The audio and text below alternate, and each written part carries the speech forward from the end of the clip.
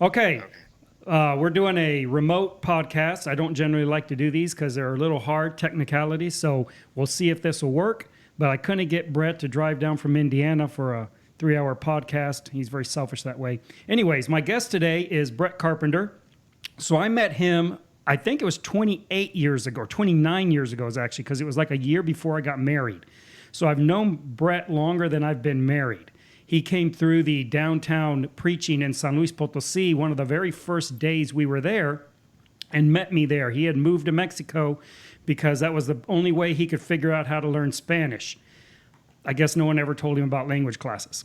So he moved to Mexico, and he went through and saw us at the preaching, and then we have been friends ever since. So we've been friends for a very long time. And he was a co-worker with me in the church in Queretaro, Mexico for a number of years.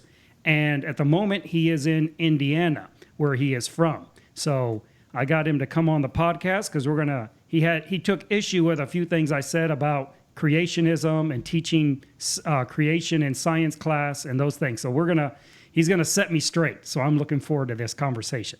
Hey, Bret, how you doing? I'm doing pretty good. The way I understand this is you have flown all your guests to your location. But not you. Yeah, exactly.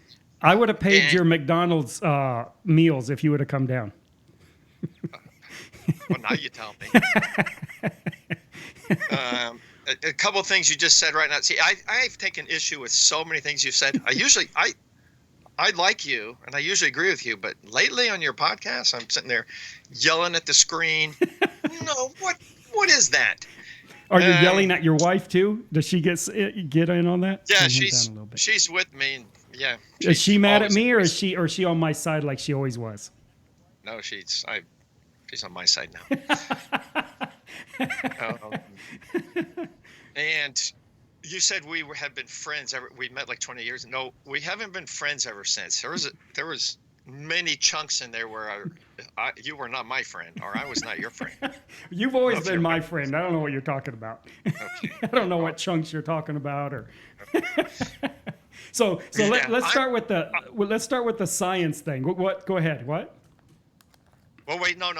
Can I just say one thing? Because Sure. like last week when you had your sister on there, and I haven't seen her in what 30 years, but she was right. What was she right about? She's right about college. Which is what? What? Explain to me. I'm not sure what you mean by she was right, because. Oh, she was right and you were wrong. That's all. No, just about college is incredibly difficult. You think college is hard to get into? We'll put it this way. No, I don't know. Because that's what I said, that it's easy to get into. Well, no, I got into it, so it can't be too hard. Okay, then, so I am right. Well, it's very difficult to go through college and pass. Well, that's not what I said. I said No, I that know, but anyone can get in. I just think I could put up with you for so many years, but I couldn't put up with college. I dropped out. College was so difficult, I had to drop out of it. But you're making my point. The only point I made consistently was that it's easy to get into, that anyone can get into it. That's not a feat to get into college. Well, depends what college you're talking about. Yeah, state universities. I mean, public colleges. Yeah. Well, it's Private getting. colleges I know aren't. there's a few. I know there's some that still have some standards, and I'm not. Look, I think it ought to be hard. I think it ought to be extremely hard. I think the entry into college ought to disqualify at least 50%, if not 70% of people. Yeah, but I am actually surprised because I work with people who have gone to college, and there are a lot of people who I look at and I think, how did these people ever get through college? Exactly. Because I had the worst time. Rachel, my number 2 daughter, she's taken a college class in high school, AP history class. It's the hardest thing ever. Every day she comes to me, she has this test, these exams, and she says, "Dad, what do you think? Can you help me with this?"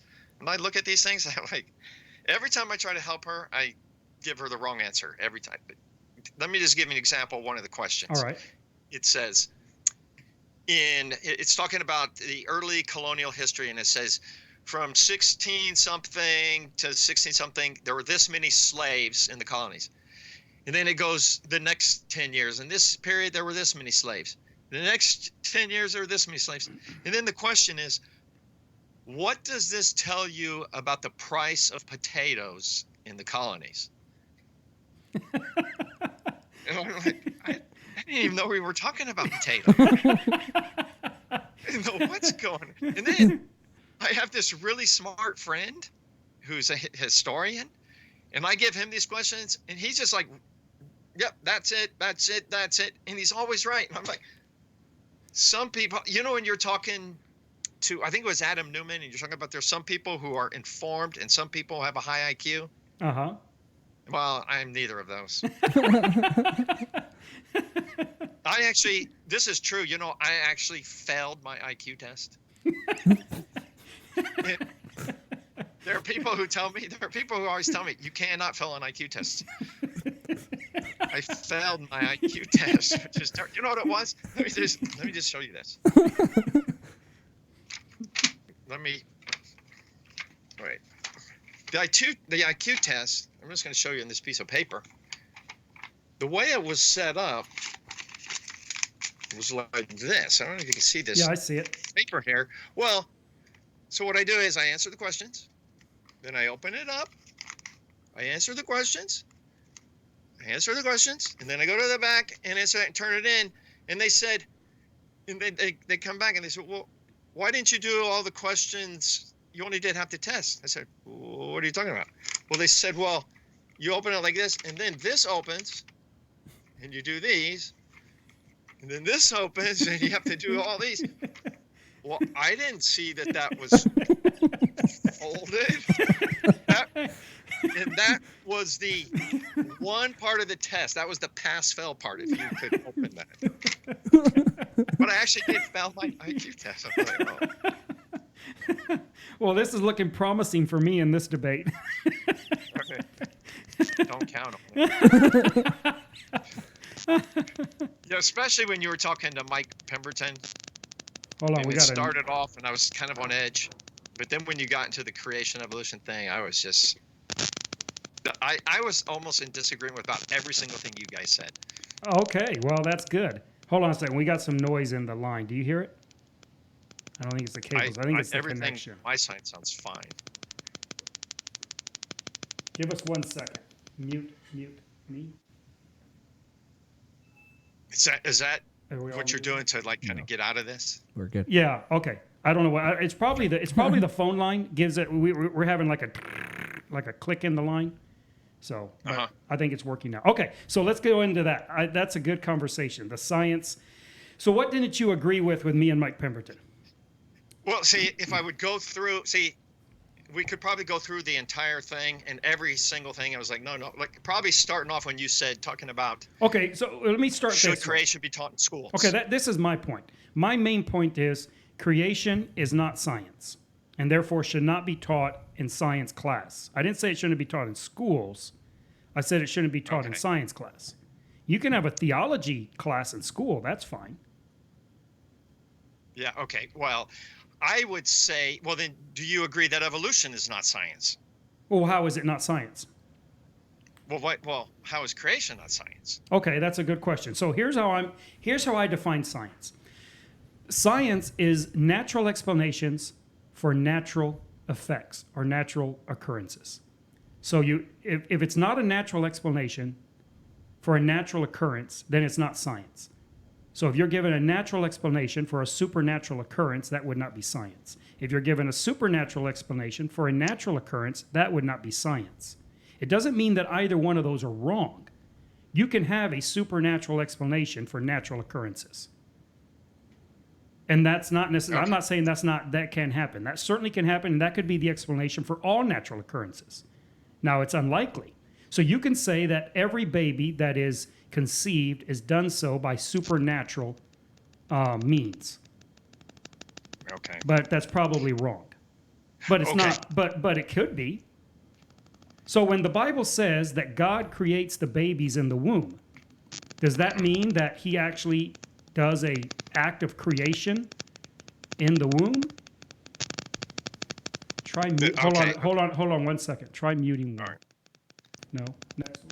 No. Yours. It's you. Okay. Just mute yours until you for now. Okay. We found the problem with our system here. All right. Go ahead.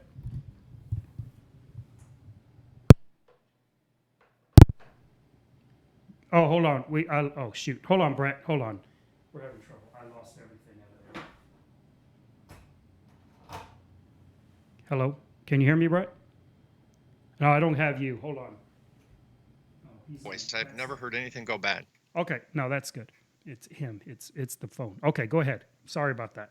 Okay. I don't know that I can't point out the flaw in your definition, but I don't think that a natural explanation for a natural occurrence is necessarily scientific either. I can give you natural explanations. Okay. Hold on. Let's go ahead. I'm sorry. I thought you were going to move on. So let's stay on this. We have to reach I think we need to reach a consensus that we can both agree on to some extent as to what science is. Okay. Here's the way I see it. I think evolution is in some respects scientific, in others religious, and the same about creation. In certain aspects of it are scientific. For instance, evolution is trying to explain how life forms gradually came into existence. But through natural means. Through natural means. Yeah, that's what makes it science, in my opinion. Now, I'm not saying that it makes it right. Something can be scientific and wrong. Well, no. See, in my point of view, evolution is anti-science. Because if we look at what science actually teaches, evolution is actually saying just the opposite. They're giving a natural explanation, and they're saying it's scientific, but it actually is against what science teaches. No, but... Where creation...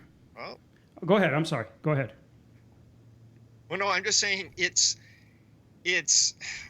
Let me just give you an example of why I think... See, both of these things, occurrences, are something that occurred very long ago in the past. It's nothing we've observed. It's nothing that we can actually test in a laboratory. So in that sense, they're both outside of science. No, but see, that's why I'm saying we're getting off. I think we need to try to reach some agreement on what the word science means in the abstract. So you're taking science to mean truth. So if anything is untrue, then you're saying that therefore it's unscientific. No, okay, let me just cut to the chase and not so much argue about this.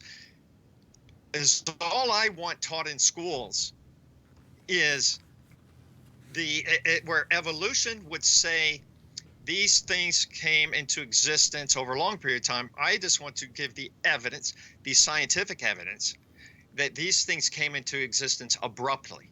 Well, that's fine too. But it can't be through creation. No, I don't. Well, then the problem is with the word creation. I'll just use the word intelligence. It took intelligence for these complex ordered systems to come into existence. Yes, but by which mechanism? So I'm not saying, well, let me, I think I'm a little I think you're misunderstanding, and probably other people are. So this is why this conversation is really good, of what I'm saying. I am not saying that intelligent design, creationism, evolution, or any other explanation for the origin of things is right or wrong. This is not a value determination. I'm not saying that creationism is wrong or evolution is wrong or right. That's not the point. The point I'm making is that creationism, for the most part, is about the supernatural bringing into existence of things, which I believe. Okay. Okay. Now, see, I don't think that is the case. I think those are the implications of an abrupt appearance of animals, in the fossil record. The abrupt appearance of life on Earth.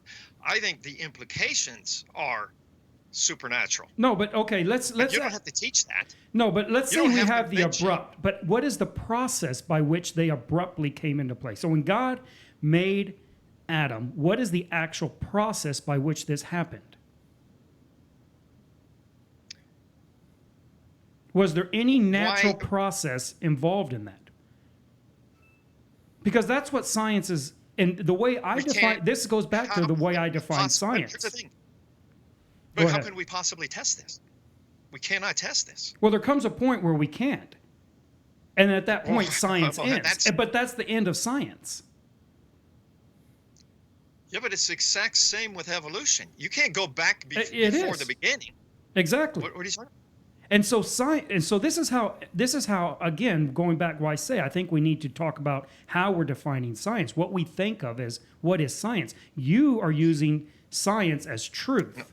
And I am calling science the natural explanation for natural occurrences, which I think is a very important field that should be taught, and it's one of the most important fields we have. Without it, we wouldn't have medicine. We wouldn't have medical practices. We wouldn't have anything that we enjoy today without people saying, I want to know the natural process by which this occurs. Okay. Well, let me just ask you this. Here's the thing. But I agree with you. I mean, I like science. I think, well, and this is another thing that I had a problem with you and your thing. I thought you were misrepresenting. You said, well, if we kept this same idea they had 1,000 years ago, we would still think the earth is immovable or flat. You know, we wouldn't have progressed. But when I look back, I think, no, it's actually people who had a high view of the Bible who are the founders of modern science. I don't think by believing in the Bible, being a Christian, that hurts you or keeps you back. It doesn't have by to. having a literal. It doesn't have to. It doesn't have to, but it does many times. Just like having a bad view of the Bible has hurt many people and held science back. So this isn't me. I'm not extolling evolutionists. Wait a second. But let me point to this. And having a bad view of science is holding people back. I think evolution, in as far as it is scientific, has been proven false. So even if you say it is science, it's false, and we should move on from that. Well, I agree. We should discard it. Well, I'm not arguing for evolution. This is not a dichotomy. It's not like either you teach younger creationism or you say we came from monkeys. It's not a false dichotomy. There are many, many possible, infinite possible natural explanations for natural occurrences. Right. But creation is not one of those. I think the problem is over the word creation. You don't have to use, if you don't want to use that word creation, but you have to be allowed. Here's the problem with creationism. And I understand what you're saying, but here's the problem with creationism as I hear it from when it's taught or explained, and that is they don't give any. There's no explanation on how things happen naturally. But it's because, according to scientific law, they cannot happen naturally. It requires intelligence. And we know this. But that intelligence can do things through natural means, but they don't account for that. So let me give you an example. Here's an example. Okay. God made Adam from dirt. Mm-hmm. Okay, how? Can you scientifically study that? I don't know, but that's not the question. No, you can't. This is a matter of whether or not you think that there was an actual natural process that he followed, or is it some supernatural thing and the dirt is metaphorical? Oh, okay. I think here's one that's closer, and it's actually it's the same issue. It's the same issue, but it's a lot closer to our time. So the Bible says that God actually puts babies together in the womb. Okay. But is there a natural process by which that happens? That you could actually not believe in God, not know that God exists, and still know exactly how babies come together in the womb. Now, who does it? Does God do it, or does a natural process do it? Okay. But what about the very first baby? Or I shouldn't say Adam was a man, but how about Adam? What about Where did Adam come from? Where did the first man come from? I'm not real sure. Because I don't. Are you asking me naturally or theologically? That's the question. Are you asking me scientifically or theologically? Is that a scientific question? Can you? I'm saying this is outside of science because you can't. These are singularities. These are one-time events in the past. They can't be observed. But it doesn't. They can't be experimented. Right, but it doesn't mean that they don't have a scientific or natural explanation. Now, it may be unascertainable. Just because we can't figure out or we can't, there's no way for us to peer into the past and see what that natural process was. We know if you take the Bible at face value, you have to accept that there was a natural process, because he took dirt, he took prime material, and he made something. So then there was obviously a natural process involved. Okay, but what is that process? Yeah, but we cannot know because it happened in the past. But that's not the point. Let him finish. Let him finish. Go ahead. Well, he keeps making the same point. Yeah, I'm trying to get you to see this. That is not science. Is what we can observe, what we can repeat in a laboratory. No, but what we can. No. That's not. That's why I said we have to get on the same page as to what science is. Let me just give you an example. Let me ask you a question. Can I teach in schools that species appear abruptly in the fossil record, fully formed, and we see no transitional forms leading up to it, which leads us to conclude there was not this species, and then the next day there was? You could teach that as a fact, I would guess. But then the question is, where do these species come from? And that's a separate inquiry. Yeah, and that question, where did it come from, is not scientific. Well, it's not scientific, but that's because you have a predisposition to say it's not scientific. This is my point. See, in my mind, if it can't be observed, and if it can't be tested, how is that scientific? Okay, so then, like I said, this goes back. No, this goes back to what I'm saying about what getting on the same page as to what science, the word science, what we mean by that. You mean something entirely different than what I mean by it. So when I say that creation is not science and should not be taught in science class, not in school, in science class, what I'm saying is that science is the natural explanations for natural occurrences. Now, not everything has a natural explanation. Therefore, not everything can be explained by science. Science is not... Go ahead. To me, that definition is very... It's a particular definition just to favor being able to teach evolution. No, I'm not saying we should teach evolution. That's not what I'm saying. If it's science, you should be able to teach it, right? You can, but I'm not. That's not the point. The point isn't that I'm not putting my finger on the scale in favor of evolution. I am saying I would like for Christians when they're dealing with things scientifically to actually deal with them scientifically, which means I acknowledge that I believe that every baby in the womb is created by God. That is a theological statement. I believe it's 100% true. Right. It's not metaphorical. Yep. It's completely accurate and real, but it's theologically true. It's not scientifically true. That is not it's not scientifically false either. It's not science. It's theology. Right? And theology is just as much a reality as science is. In fact, I believe it's a greater reality because it's a transcendental reality. But if my wife or daughter are pregnant, I do not want a obstetrician who has only studied the theology of babies. I want an obstetrician who has studied the science of it. Because I want to know the natural causes and consequences of this. And that theology will not tell it to you. I agree with everything you're saying. So then let me finish my point. So my point of all that is that when Christians burrow down into and try to convert theology into science, we end up with a whole generation, many generations of Christians who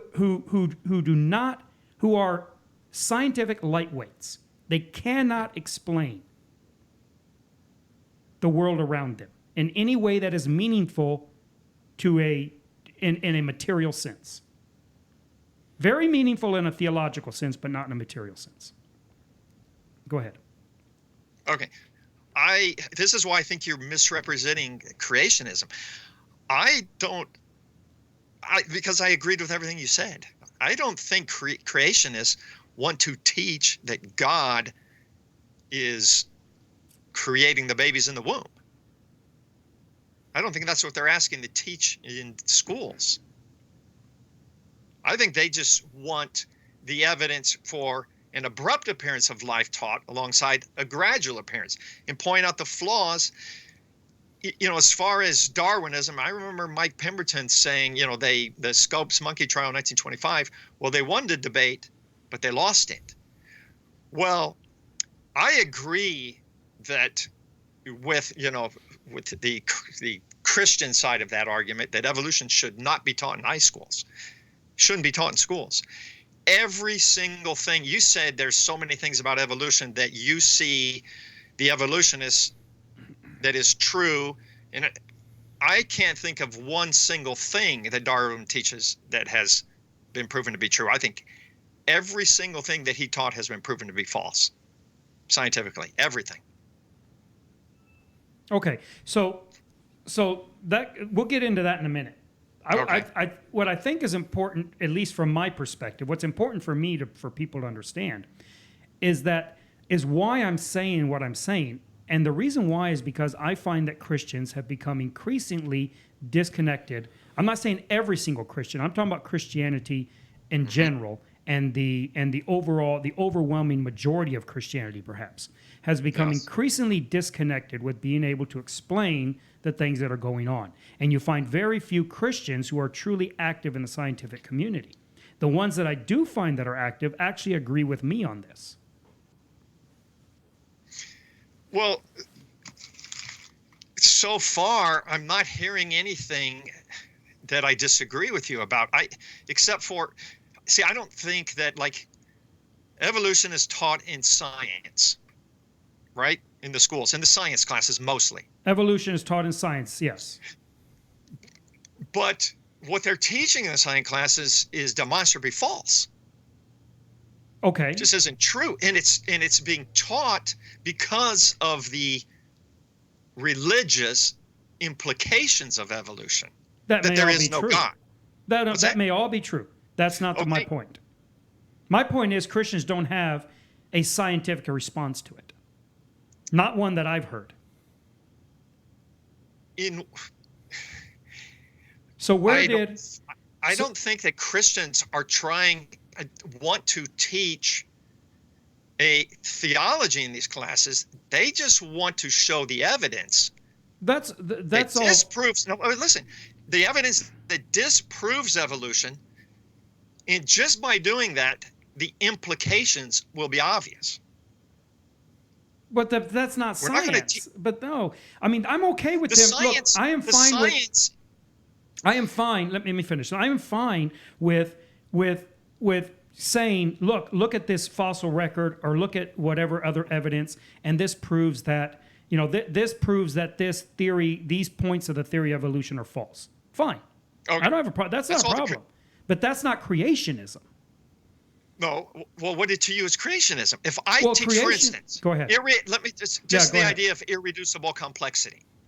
Just the idea that the very first cell had to be, it couldn't, or the very first animal, the very first species, or whatever species you're talking about, whatever animal, it had to be complete and fully functional at the very start. Great, that's not creationism. Well, that's the only thing that I ever hear them Where trying to get did that come from? Well, no, I'm not. See, this is where I think you're disagreeing with something that I'm not actually saying. I'm not saying that everything that creation or believing, leaning scientists are teaching should not be taught in schools. I'm saying that the origin of life by means of supernatural creation is not science, should not be taught in science class. That should be taught in theology class. I agree. Unless you can then say, okay, God created everything, and this is the process by which we think he did so. And you could teach that, and you'd probably be wrong, but you could teach that in science class. Do you think I can teach in science class that the cell has information and that all information comes from intelligence? Yes. That's all the creationists are But trying to that's get still taught. not creation. Well, I'm not arguing for what they want to get taught. I'm not arguing for or against anybody. I don't actually have any like team I'm trying to support. I'm not weighing the scale on any side. But this is the problem, though.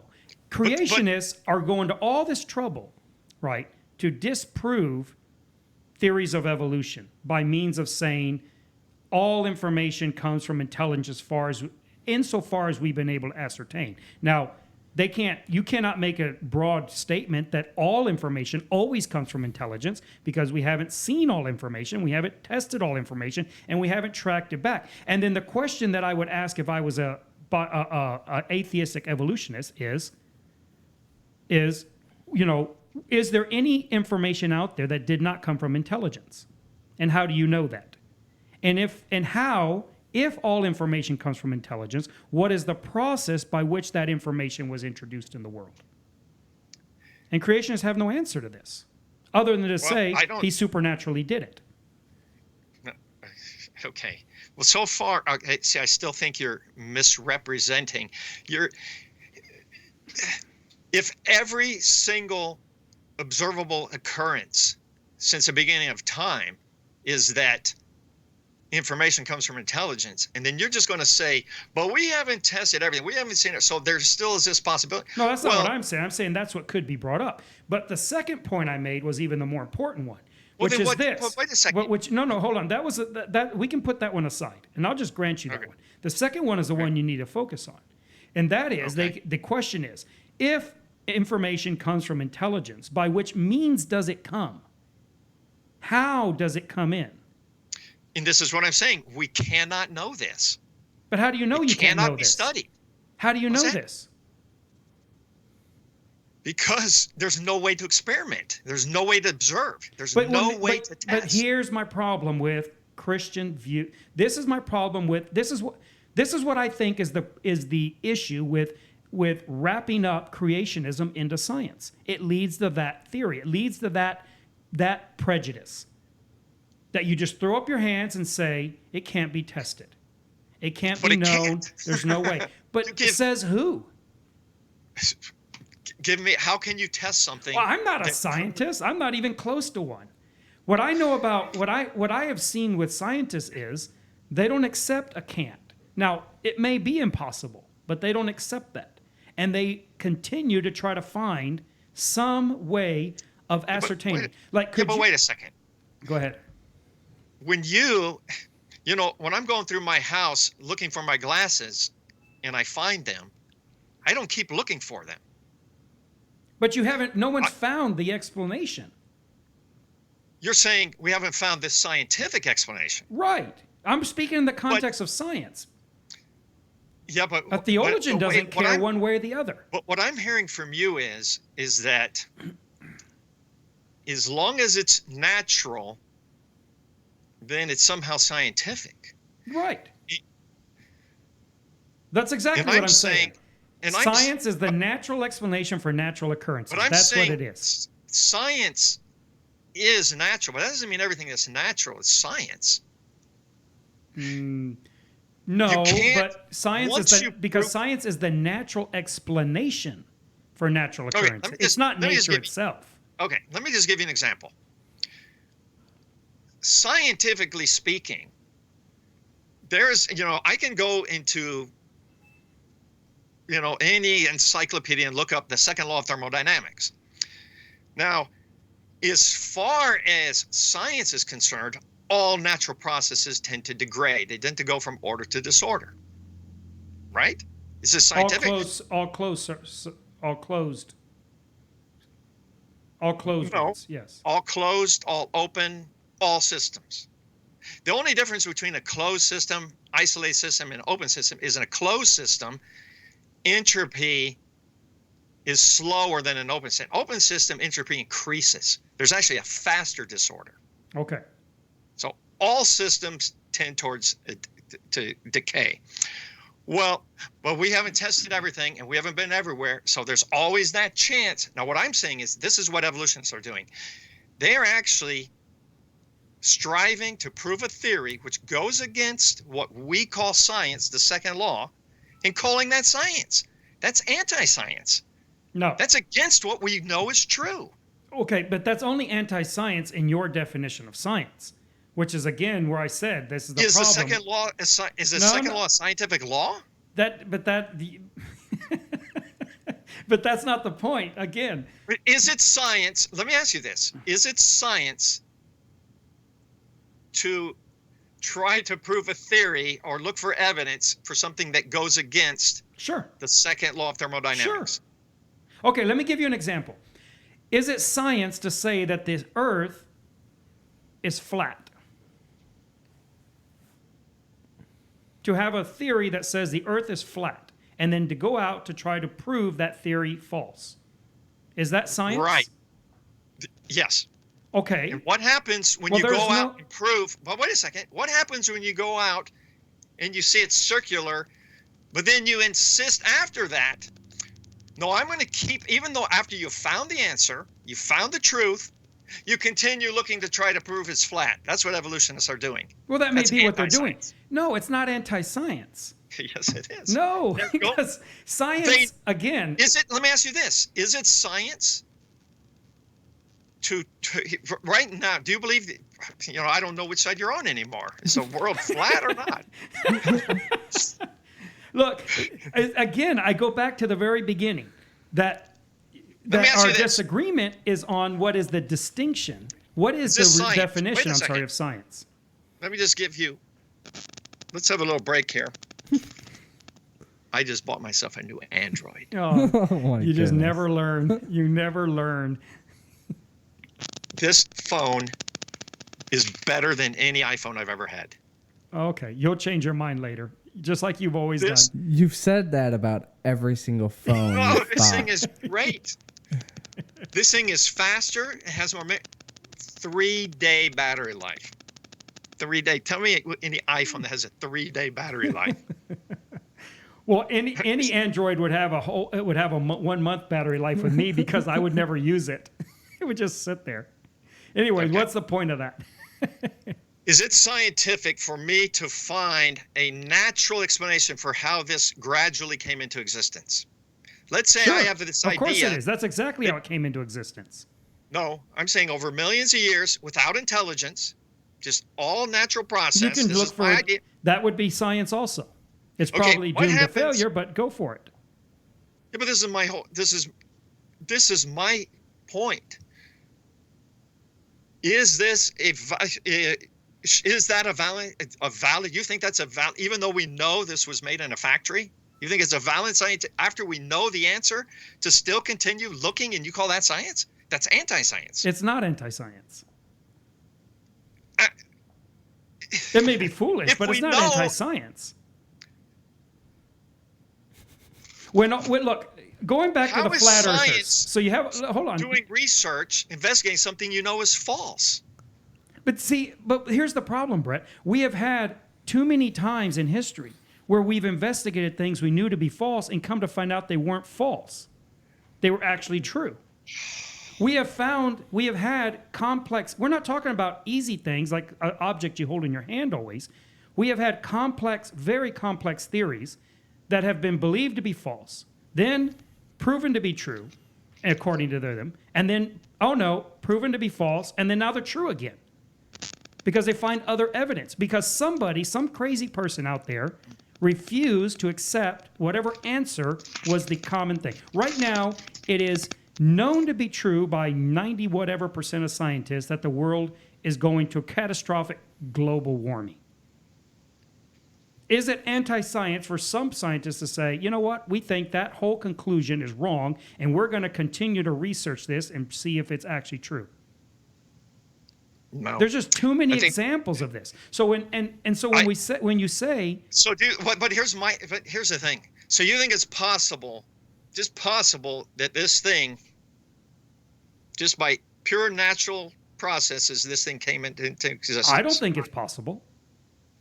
But it's scientific to examine that idea, just like it's scientific. And after you see where this thing was made, this is all I'm saying. every single But here's law the of thing. science. But no. Let's stay with what you're You would saying. but wait a second. Okay, go ahead. I'm sorry.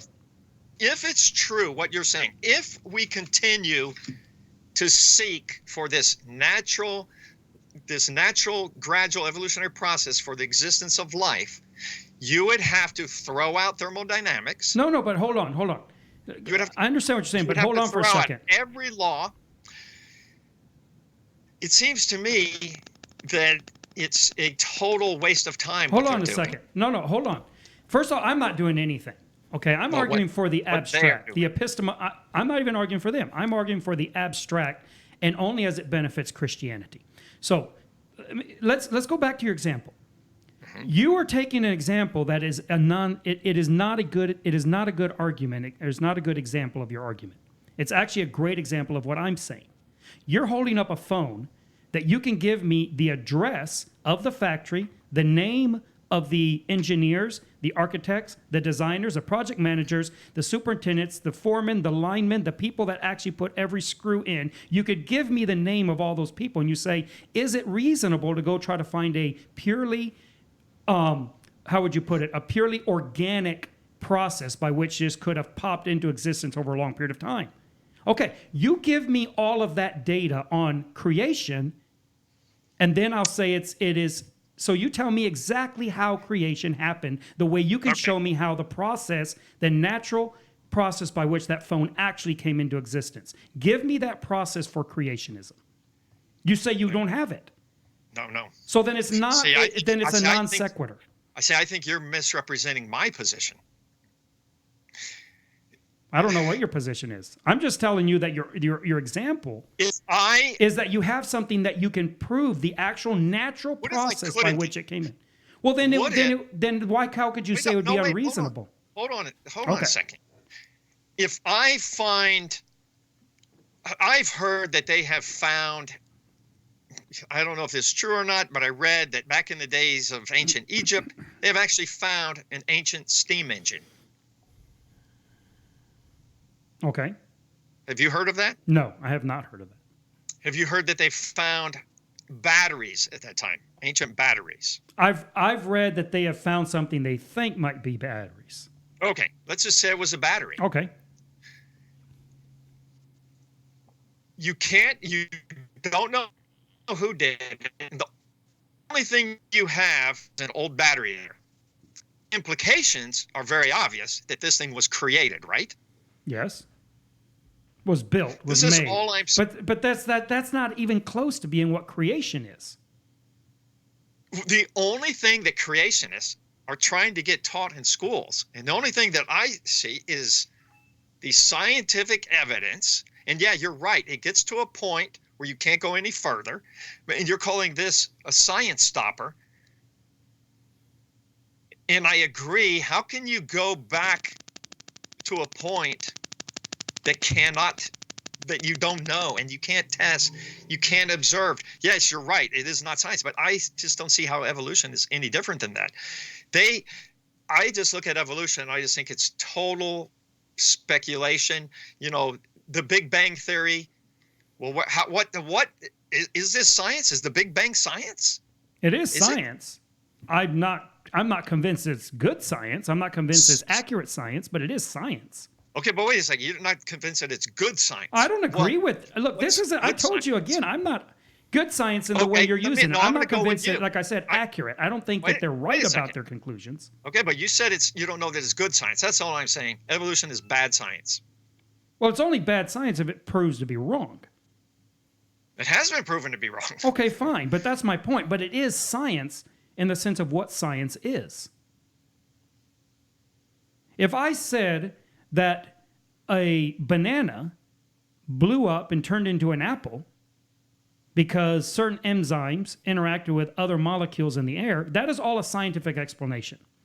Now, it's a silly scientific explanation in the sense that it's highly inaccurate, can never be proven to be true, can be proven over and over to be false, but it's still it's still a natural explanation of where apples came from. Okay. I think Christians do not have a natural explanation of where things come from, and they are adverse to finding one. Not all of them, but many of them, specifically in churches. Church Christians. well, I'm not. Yeah, but I Christian don't have churches are adverse to having anything scientific be said in church, and yet they constantly spout theology as if it were science. Okay, well, I don't know about all that. I think we are arguing pretty much over nothing.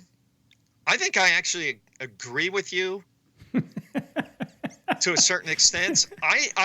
If you don't have a problem that we teach irreducible complexity, or if we teach the abrupt appearance of life, when I look at creationism, I'm looking at more as like a forensic science. We are just looking and observing. Let's get into this. Let's talk about like the age of the earth. Like when you were talking to Mike Pemberton, and this was another thing that kind of threw me. It's almost like you think that there's this powerful evidence that the earth is, or that not the earth, but that the universe is billions of years old. And I was kind of taken back by that. But there's also scientific evidences that the earth is younger. I agree. There is.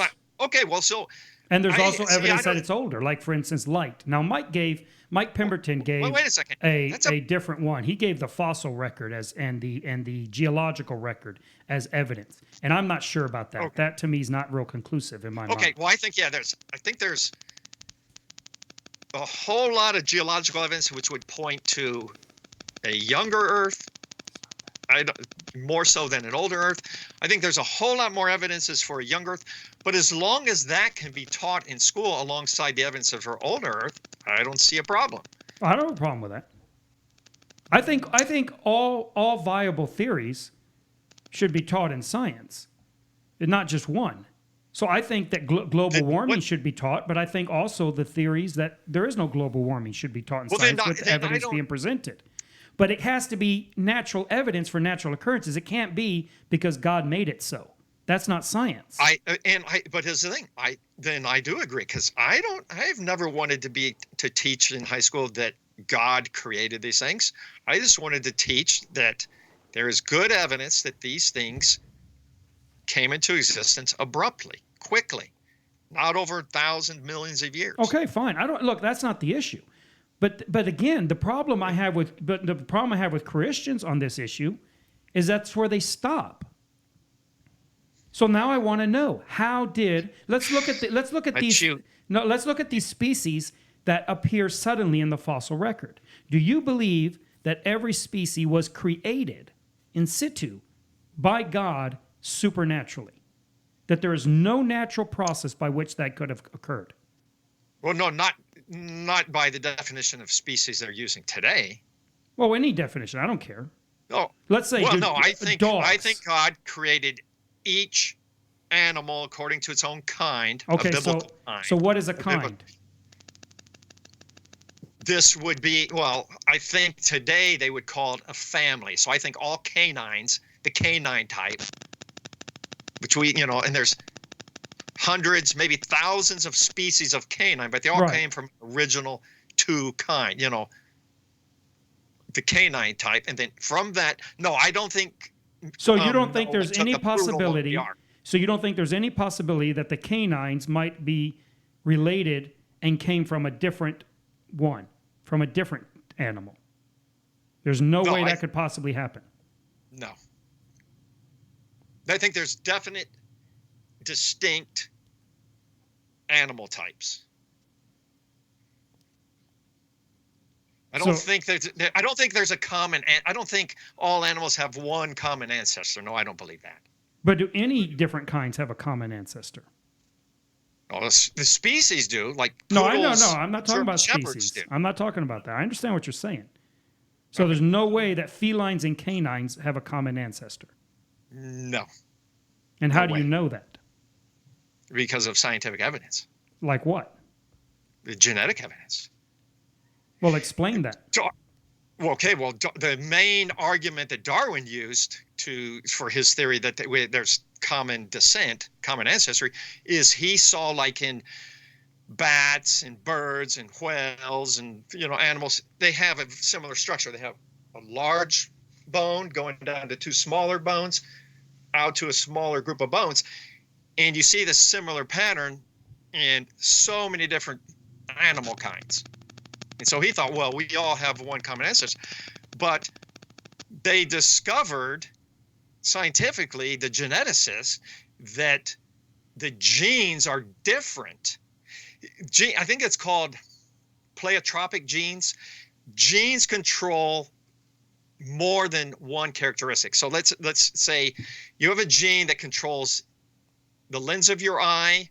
That same gene also controls the length of your fingers, and say it controls part of the growth of the heart. Well, in the different animals, the gene that controls the lens of the eye controls the foot and controls the tongue. All different species of animals have genes that control different areas. So these genes could not have evolved one from another, completely separate in the different animals. And they've known this from the 1950s.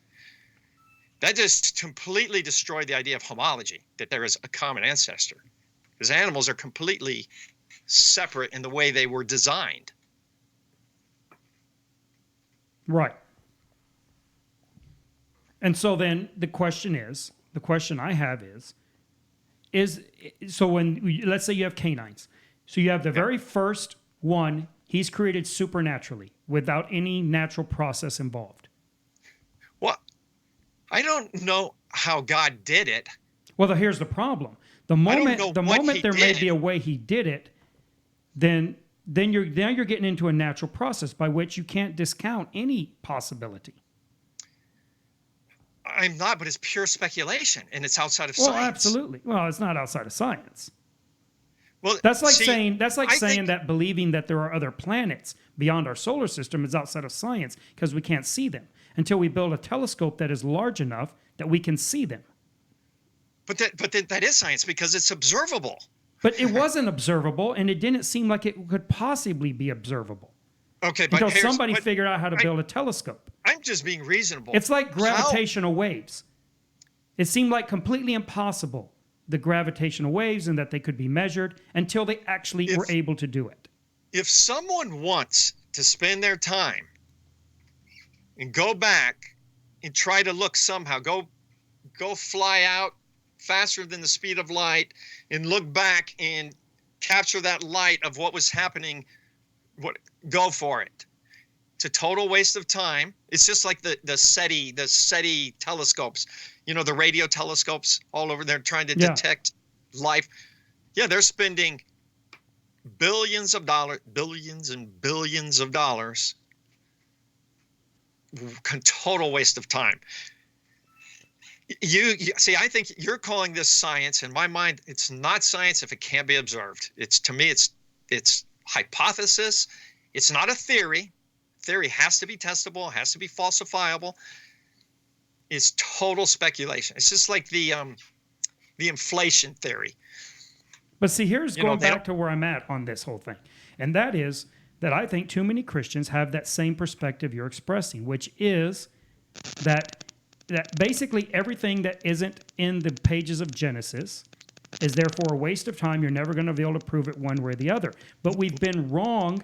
Christians have been wrong too many times on scientific matters. Okay, you're right, and I agree with you on that. But so far, what year are we in? And I have been right about this. And so have the Christians been right about this. If some scientist or someone comes up with a way, and it comes in the newspaper tomorrow, and they said, we have discovered a way that we can actually test how inflation works before the beginning of the universe, and then I'll say, okay, go for it. But until then. But don't you understand that them looking for that is a good thing? Even if they're wrong. Well, I think it's a waste of time because I don't think they're ever going to do it. But there's so many things that get developed through scientific inquiry that are not the subject of the inquiry. Yeah, but I'm just trying to be reasonable. Yeah, there are some areas where we don't have the answer, and yeah, let's go. But you're talking about the beginning, a one-time event, and as far as my mind or anybody else's mind up to this point in human history, No one has been able to even conceptualize a possible way to test that. Well, I think I'm on the safe side. I'm not going to waste my time on this. Well, no one's They asking can if you they- to waste your time. I'm not even saying that I should. I'm saying, but what I They am can't- saying I don't is that have a the problem if Christian they- perspective does have a problem with it. But right now it's not scientific. It's pure hypothesis. It's just conjecture. So far, there's nothing scientific about it. That all may be true. That's not the point. Well, I'm not stopping anybody from looking at anything and investigating. No, you're not. But the Christian mentality has stopped Christians from participating in this and in any endeavor that goes beyond the pages of Genesis. You really ought to read John Lennox's book called 7 Days That Divide the World. This is what John Okay. Lennox deals with. He goes Okay. through and he discusses this, and his analogy, and that's where I got it from, is that for a long time, believers, because of what the Bible told them and because of what science said at the time, believed that the earth was round and fixed in space and everything moved around it. That was the scientific viewpoint, and it was the biblical viewpoint. When science realized that that wasn't the case from investigation, Christians, many of them, maintained that biblical viewpoint that the earth was fixed and didn't move, and rejected scientific discovery. Wait a second. Okay, and I agree, but So how do I we know we're obviously not would have doing been- that now with this issue? That's John Lennox's case. He says the position that many Christians take on creation and on Genesis, how do you know we're not doing the same thing on this?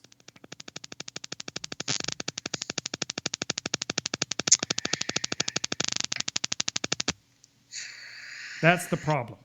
Well, specifically on what point? Like Any as far as evolution is concerned, I don't think we have to look anymore because scientifically we know there's too many things we know that leads us to believe these things had to be created. I'm not saying by who, I'm not even saying how, but it had to be through intelligence. And I'm saying this scientifically. That's all fine, but then the question is let's put aside whatever objections you or anyone else has to the evolutionary theory. But that is a natural explanation on how that could have happened. I'm not endorsing this. I'm not saying that God created the world through evolution. But many Christians think that. They believe God created the world, and it very well could have been through the evolutionary process. I don't have a problem with that view. But it's not scientific. I don't think. Well, it is scientific. I don't think it's accurate. I think that they have a lot of problems. Wait. Okay, now we're going to go into this. How, if God is doing this, how is that scientific? No, not that God did it is the science of it. The actual evolution would be the science of it. Well, how could it be if God did it? Because once it's a natural process, just like the birth analogy I gave you that the Bible gives us. I believe that God creates the babies in the womb individually, by name, personally does it, but not in a natural, not in a supernatural way. So if you ask me, what is the process by which babies come into existence, has nothing to do with God. Not on a science, not as a medical professional. I'm not one. I'm almost one. Okay. You see what I'm saying?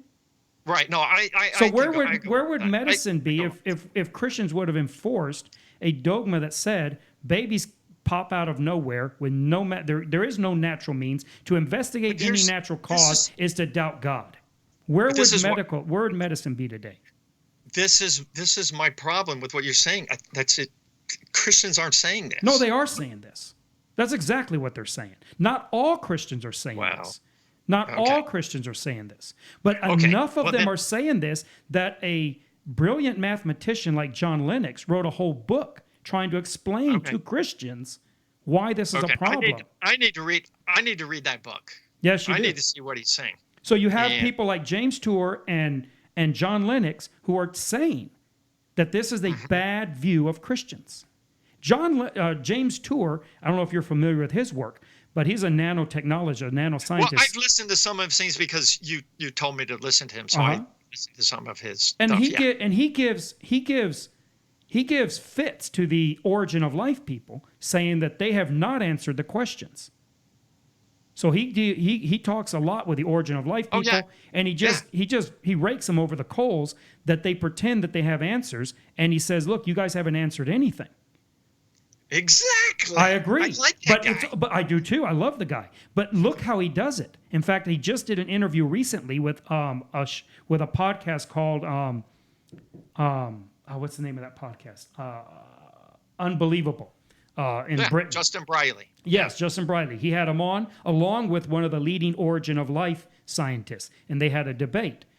And they tried to accuse James Tour of coming at this from as a Christian. He said, "Look, I love Jesus Christ. He saved me, changed my life. I worship him." I mean, he's brutally honest about his Christianity and very bold about it. But he says, "But I've never mentioned God or creation or anything." He says, "I am perfectly happy with you guys figuring out by which natural means life came into existence. I have no problem with that.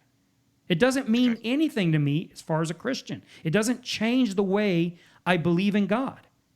I believe God created everything. Now, maybe he did it in an instant, in less than an instant, without time. Maybe Genesis happened. I'm talking to you as from my perspective now. Right. I am perfectly amenable to the idea that the 7 days of creation are actually God putting it out into a very long period of time in order for us to understand to kind of be able to synthesize in our minds a process, and that it actually happened in less than an instant of time.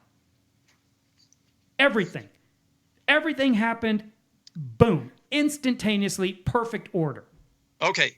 Well, wait, now let me ask you this. Let me finish. But I'm also amenable to the idea that it happened over 300 billion years. It doesn't make any difference to me. Neither one of them changes how I believe the Bible. Go ahead. See, but it would me. It would have to at least change how you interpret the Bible. How's that? Well, maybe it'll change how you interpret it, but a lot of things change how we interpret the Bible. Like figuring out that the earth actually spun and ran around and went around the sun changed how we interpreted those passages of Scripture that say that it doesn't. You believe the earth goes around the sun? Okay. Could you prove that to me? No, I can't prove it to you. Okay. And if it turned out it didn't, it wouldn't change anything either as far as my belief in the Bible. Okay, well, here's my question to you then. What scientific evidence, or when do we get to the point where we have to start interpreting the Bible differently based upon what we find in science? Okay, that's a good question, but here's the issue on that. I think it's a mistake to have an interpretation of the Bible that has to be accommodated to the scientific understandings. This is going to where I am. This takes this discussion or my ideas on this to where my logical end is. My logical end isn't about the science class in high school. My logical end is, how do we approach the Bible as Christians? And if our approach to the Bible as Christians is, I have to hold my finger up to the wind of scientific discovery to know how I'm going to interpret the Bible, you have a bad interpretation of the Bible. Well, yeah, but wait a second. I'm just going to tell you my personal experience with Christianity and science. When I first came to the Bible, I was an evolutionist, and I believed in millions of years. But I read Genesis, and I came to the conclusion, if evolution is true, I do not understand the Bible. And so I started studying the science about it, and I started reading, Institute for Creation Research, Henry Morris, and, the Genesis flood and things like this. And I thought he had a sufficiently good, scientific explanation. Yes, the Bible, Genesis is a historical account of what happened. Then I started looking at, how the fossils, were preserved in, sedimentary rock. Everything seemed to point to a flood. And so I just came to the conclusion, okay, Genesis is a historical count of things that happened in the past. everything in the Bible seems like it's a historical account. How can we get to Genesis chapter 1 and then all of a sudden say this is not historical, 6-day creation? It's just the history of how God did it. And then, you get into Exodus 20, the 10 Commandments on the 4th day, God rested he created 6 days, rested the 7th. Therefore, we work 6 days and rest on the 7th. How can we not interpret Genesis just as historical, literal, plain sense? I have the idea that you're fine with whether it's a long, drawn out process or just in an instant. Well,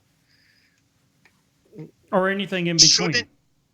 Shouldn't we just take it how it says it, like we do everything else? But this is, again, going back to the argument that John Lennox makes, that there is plenty of passages in the Bible that we used to take as it says it. And now we say, oh, that's not what it means. And now we don't take them as it says it. Well, but this is the thing. So our understanding of the Bible, how then do we get out of this where you're saying, hold up your finger to the wind? Okay, this is science good changes. question. We have to change our interpretation of the Bible. No, the opposite. I'm saying that as long as we're trying to make the Bible to be scientific literature, that is where we're going to be. We are going to be in the position where we have to constantly adjust our interpretation to fit science. I don't want to be in that position. Historical. It's historical literature. I don't even think it's historical literature. There's too many problems with it, viewing it as historical literature. Like what? Well, first off, the historical genre wasn't even invented at that time. History was not told in the same way when the Bible was written as it is now. So when you try, that's what is that? There's a word for that.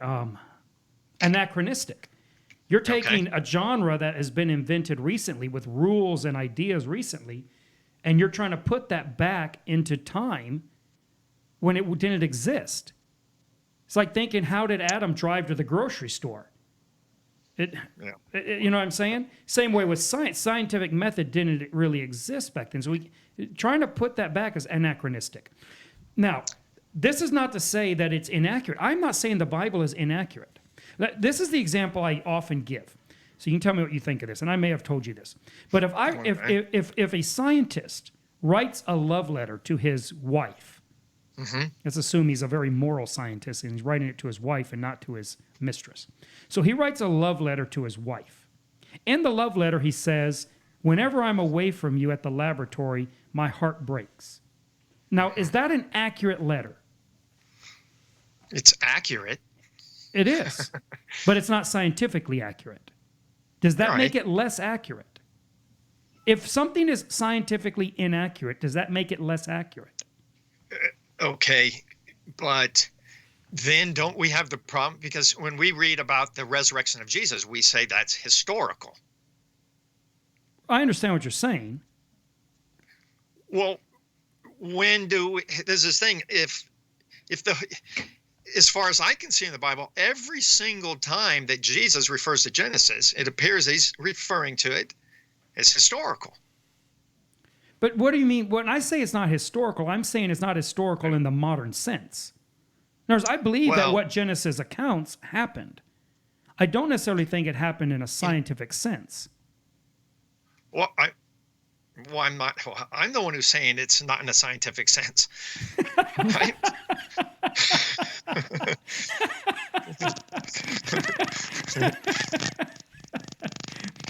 I just have a hard time accepting that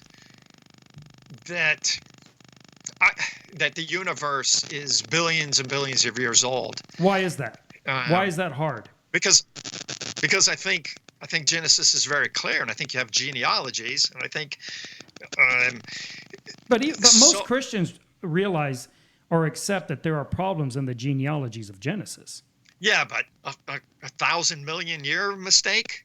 I mean, I understand when it says father, and he getting could be, the grandfather or a distant relative, but you can't be wrong by 1,000 million years. I mean, but really?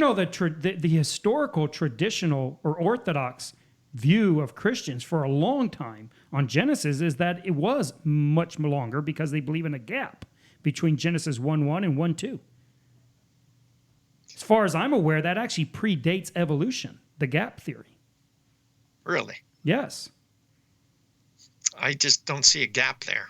Well, I know you don't, but that's not. But there's the point. That's my issue there. Why is there My so much problem- emphasis in the text to make it clear that these are days? Well, The see, first that's day, another. That's evening, why and you morning. really. Right. That's why you really need to read John Lennox's book on this. He actually goes through the text and shows how the word day doesn't even mean day every time in Genesis 1. No, but every single time. Well, yeah, I've heard all these arguments. Well, he's just showing. Look, John Lennox is. I want to be clear. Everyone ought to read it for themselves. John Lennox is not advocating a position on how Genesis is to be interpreted. He's merely showing that the intransigent interpretation by either side, any side, is subject to criticism. His point is that Genesis really should not be looked at as science. It should be looked at as theology. Okay, but let me just tell you this.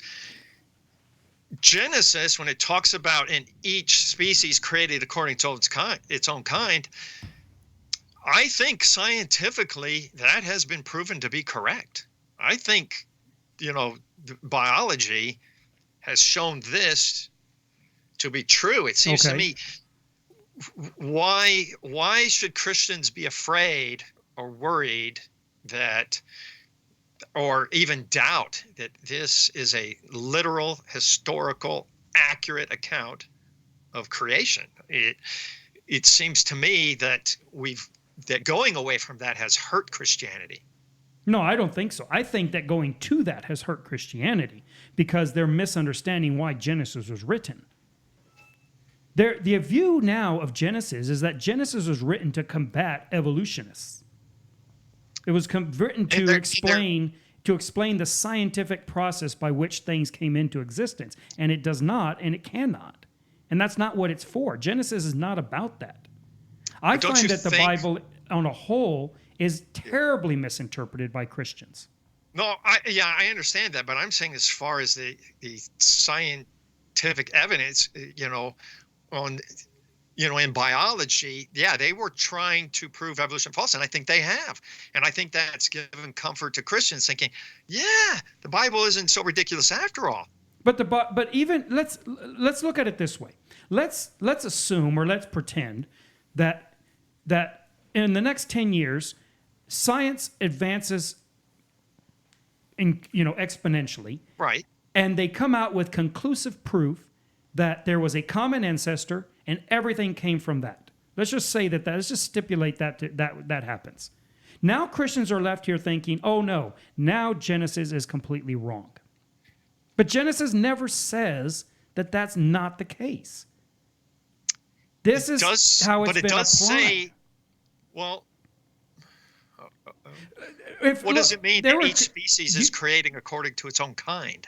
But that doesn't mean that it didn't happen. Let me give you an example. Okay. There are many Christians who are appalled. Now, these are, granted, these are not well-informed Christians, okay? But there are many Christians I've dealt with in our common ministry who are appalled to know that Cocker Spaniels were not created that way by God. Okay. No, I understand. They're malinformed. But they say, well, wait a minute. This is what Genesis says. But we're only talking about levels of misinformation if that example, that the premise that I laid out, that evolution turns out to prove that there is one single common ancestor. If that were to be, it's like James Tour tells the origin of life people. If you can prove origin of life through chemical process, it does nothing to my faith in God. It has nothing to do with that. I'm perfectly amenable to a scientific explanation for the origin of life. In fact, he thinks there is a scientific explanation for the origin of life, that there is a point in time where the supernatural ended and the natural began. Okay. We don't know where that is. At some Okay. point, that happens. And wherever that happens, we have natural processes that we can now say have nothing to do with God. Now, Christians say it doesn't matter where that point is. It doesn't matter if it was 6,000 years ago or 3 billion years ago. It doesn't matter if it was at 100 kinds or 10,000 species or a single ancestor. God, at that point, built into the design of all things what he would have them to become.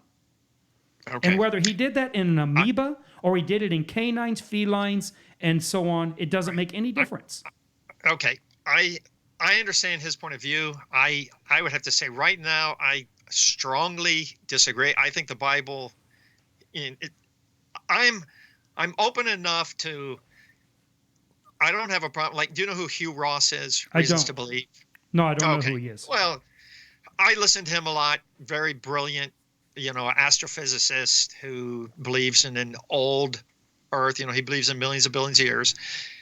I don't have a problem with him. I think he's wrong, but I'd like to listen to him. And if, like you say, one day the evidence becomes, more abundant, like as far as light, things like that. Right now, I think I'm going to, though, stick to a recent creation. I think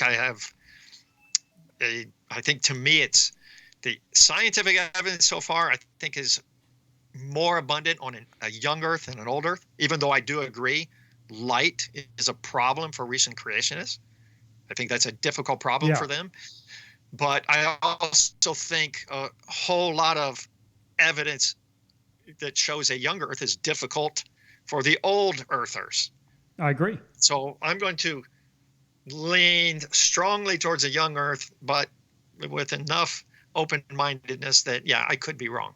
Right. That's where I'm at. I mean, I'm essentially in the same position. I'm not old Earth or young Earth. I actually don't really have a position on the matter either way. My position is my contention is that the misinterpretation of the Bible, trying to turn it into history, and by history I mean in the modern sense, okay? I don't mean history in the sense that it's all fable.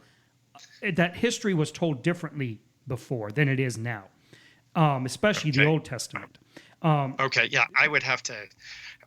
I would have to think a lot I haven't really thought much about that. So anyways, my point is that looking at it as modern history or modern science is what has resulted in a lot of misinterpretation of the Bible. I believe the Bible is a theological book. That does not mean that it's not real or true or applicable or relevant. See, this is another problem I have with Christians on this issue, in that in rejecting my definition of science, which I think is a very benign, I think it's a very moderate and orthodox definition of science. In rejecting that, they are basically saying that science is to be accepted as the ultimate reality and truth. Which, if you look at my definition of science, I am saying science is a very small discipline that has purview over a very limited scope of reality. So just because something doesn't have a natural explanation, or it is not a natural effect of some cause, doesn't mean that nothing else can exist. Quite the opposite. There are realities that far outweigh and go far beyond scientific realities. And Christians, I believe, should be more concerned with those transcendental realities than they are with scientific realities, which are very, very small and limited. So my view of science limits science down to a natural range or realm. And doesn't try to say, if it's not scientific, therefore it is not true. My problem with the way you were ad hoc defining science at the beginning is you were essentially equating science with truth. So if anything proved to be untrue, it was no longer scientific. That elevates science to transcendental reality and truth. That to me is very, very bad.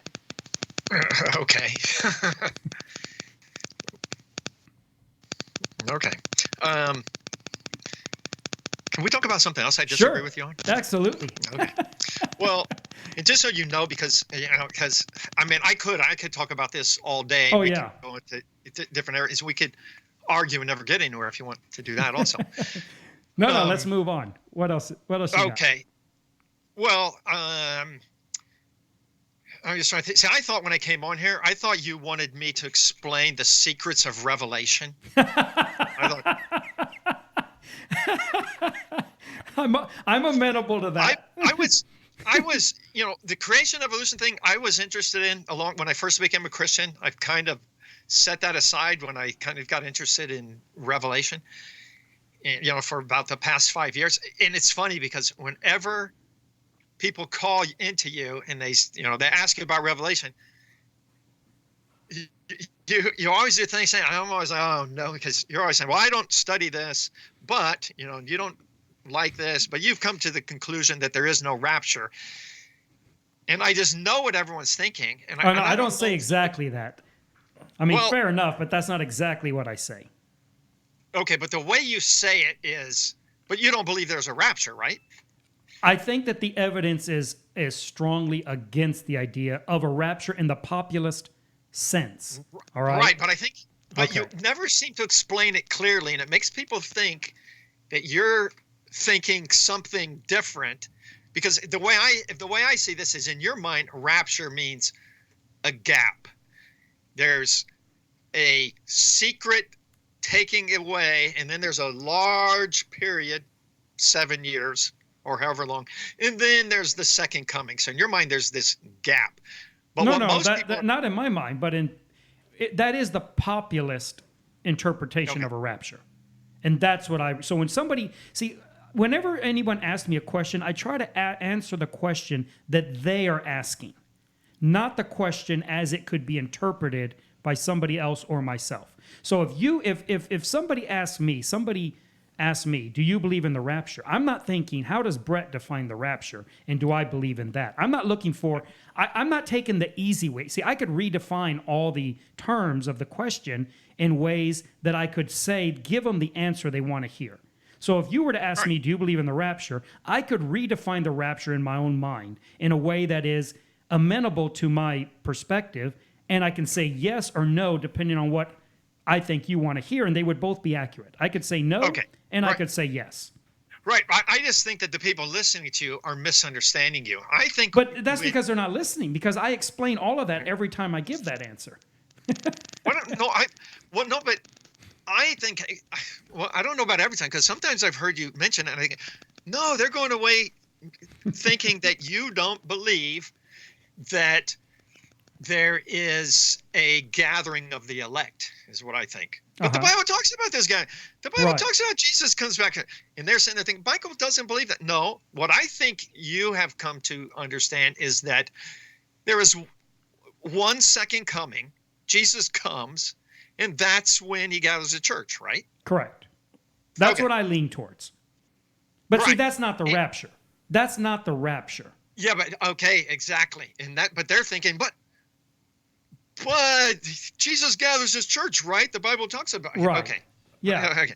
But see, the rapture, and just so anyone listening is clear, and I don't know if anyone's still listening after. I know. I got tired of that. I know Nolan's not. He's falling asleep on me. No, I'm not. Stop saying that.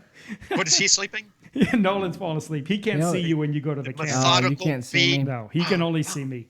Okay. Yeah, I can't see. Yeah. No. So when when someone asks me, do I believe in the rapture? If you ask me that, my answer would be different.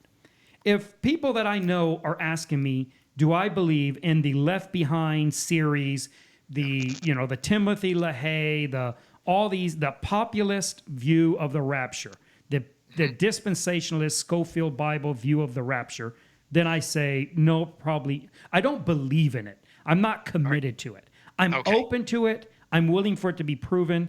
I just don't think it has good evidence to it.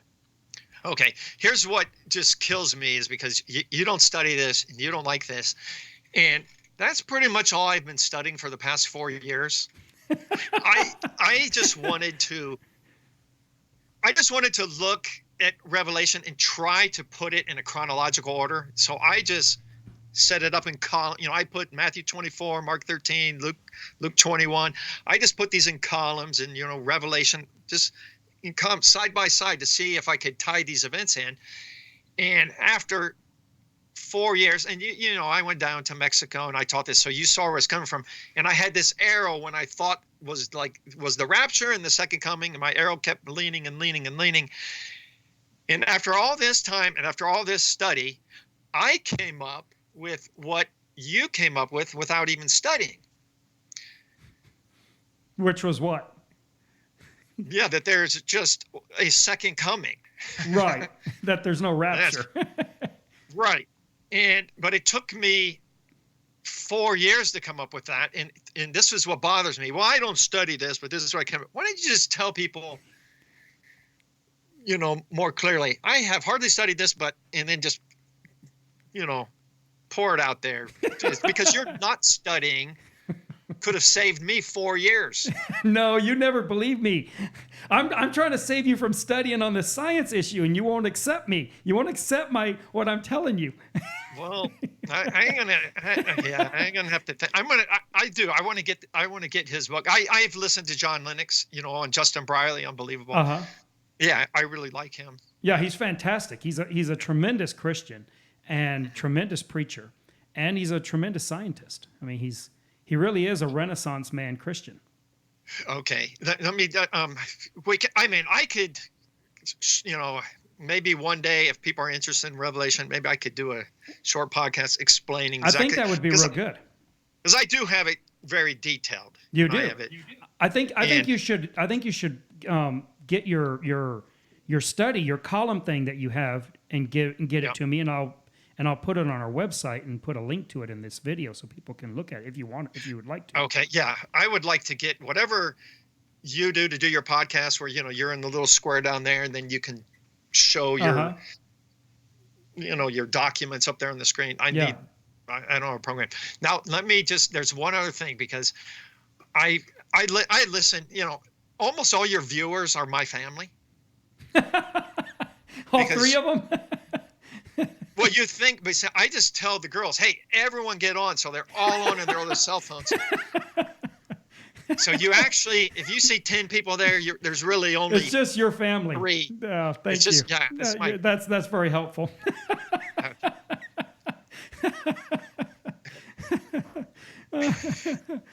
So if I yell up right now, everyone get off your phones. The viewers, I don't even know what it is. My family's probably not even watching. It's gonna drop to 0 or -3 maybe. Okay. Now let me just tell you another podcast I was listening to you with Adam Newman. Okay. Oh, the one guy, your one friend who you had on with Revelation and comparing the churches with marriage. Oh, Danny. That is a revelation. You like that? That is fantastic. Oh, I loved it. I was listening.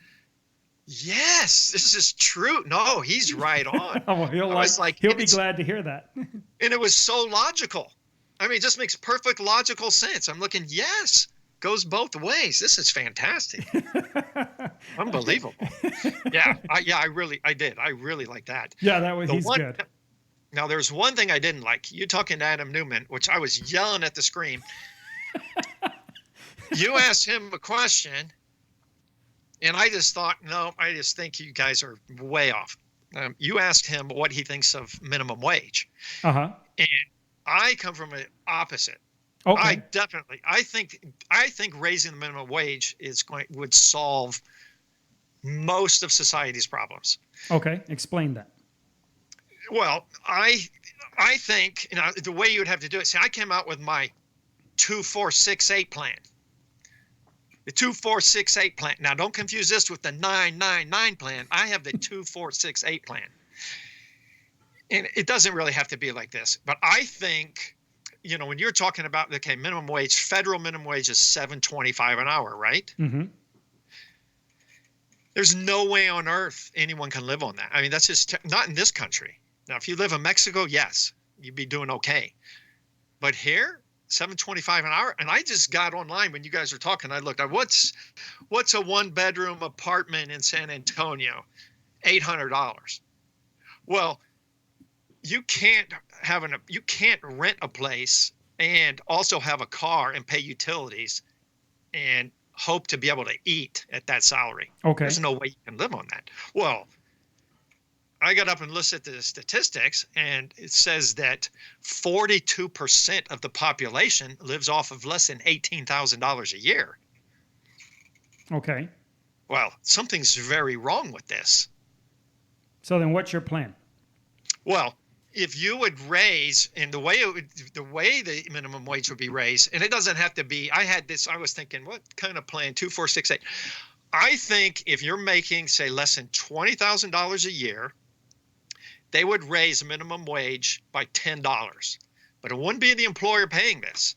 This is the government adding this on, like what they're doing now with the stimulus, or they're talking about doing on the stimulus package, raising this. You actually, which shocked me when you were talking about the UBI, and you were in agreement with this, and I looked up that Milton Friedman also brought this up. I was like, the way I do not like these stimulus, like the way they're doing it now, because it promotes not working. Exactly. Makes people lazy. Yes. So you would have to do something that would give people incentive to work. Well, that's raising the minimum wage. No. If you're working at McDonald's and making $8 an hour, but now you're making $18 an hour, well, you're going to have a strong incentive to work. Who's not going to want that job now? No, you won't have a strong incentive to work. That doesn't actually work that way. Because you're working because you're working for minimum wage. It doesn't matter what it is. There's a number of problems with it. But finish out your plan. I'm sorry. Finish out your plan, then I'll point out the problems with this. Because there's a lot of economic issues with what you're saying. Okay, well, I just don't. Okay. But what's the 2468? I don't understand how that's coming into this. I was just trying to come up with like a 999, something that's catchy. Okay. 468. Who do we appreciate? The guy who raised the minimum wage. Oh no. You would, if you're making $20,000 or less a year, they would add, say, $10, and they would have to taper down. You make $30,000 a year or less, well, then they drop it a little. Well, they already have that. That already exists. No, not on minimum wage. Sure it does. It's called earned income credit. It's exactly what earned income credit is. It tapers down almost by the dollar of how much you make until you get none of it. And it's for working people who make less than a certain amount of money. Okay, so it's people with families. Go ahead. I don't know what program you're talking about, and I don't know. Yeah, it's called earned income credit. Reagan put it into place, and what it is if you make less than, I don't know what the max limit is right now. Let's say it's $40,000 a year. It's probably close to that. If you make less than $40,000 a year, you get money from the government. And that money increases as you make less. So basically what it says is everybody makes the bare minimum of what the government figures, which is essentially, let's say, $40,000 a year. If you're working, you have to have a job. You don't get it if you don't have a job. You have to live in the U.S., and you have to have children.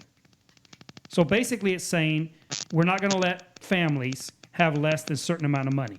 So it raises everybody up to a certain degree of money. So it's essentially what you're talking about. Okay, I didn't know about that plan. Do you have a problem with that?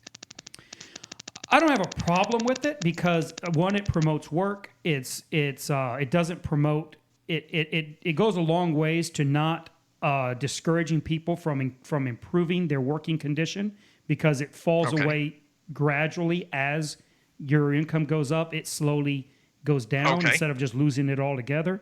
And it only incentivizes 2 children. Once you have more than 2 kids, you don't get any more. If you have 1 kid, you get half of what you would have gotten. If you have 2 kids, you get the full amount. But if you have 3 kids, you don't get any more. So it doesn't incentivize having tons of kids. And you have to maintain a job. And you have to be a resident in the U.S. You actually have to live in the country to get it. So you can't be getting it and living somewhere else. So I mean, all of those things to me it's as good of a welfare system as we've come up with. Okay, so you think that is basically, then why, I don't understand why you would be for universal basic income. Wouldn't that promote not work? No, it doesn't. It doesn't promote not working because you get it whether you work or not. So the difference between like earned income credit and what you're suggesting and UBI is UBI, everybody gets it in America. Even Jeff Bezos gets it. Everybody gets it. Everybody gets it, $1,000 a month. Right? But why would that not promote not working? Because it's not enough not to work. And working doesn't take it away from you. So you could go get a job and you can make $1 billion in a day and you're still going to get UBI. So there's no reason to not go to work. Well, wait, I was just looking at statistics. It was like over 10% of the population works for less than $15,000 a year. You're getting close to that. So it seems to me if you're one of those lower 10%, you're basically going to be making that on universal basic income. So you would probably not want to work. No, because that actually isn't how it works out. Now, I'm not saying nobody will, but most people who get like a UBI still will go get a job because they're not looking at that as replacing their income because they can go out and double their income now. It just essentially doubles their income where they're at. See, now the problem with what you're suggesting is that if you raise minimum wage, and you make it $18 an hour is the base minimum wage, okay, then you're still working for minimum wage. People have a problem with the mentality that they are working for minimum wage. And then you have the economic pressure that raising minimum wage does. If you raise everybody's minimum wage to 18, you're also going to raise prices accordingly. Prices are going to go up. Housing's going to go up. Everything's going to go up with the raise of minimum wage. But wait a second. I don't know why, because now you wouldn't be paying people the welfare program. So the money that would go to them through that would no longer be because they're making $18 an hour. One reason why you have things are maintained, companies figure out ways to keep things so low and cut their profit margins so slim is because wages are depressed.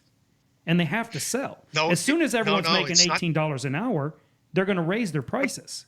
But it's not the employers who are paying this; the government. It doesn't matter who's paying it. This is economic pressure. This isn't a directive, an executive directive. This is just economic pressure. Whenever you increase the money supply in the economy, you're going to increase the prices. Okay, well, but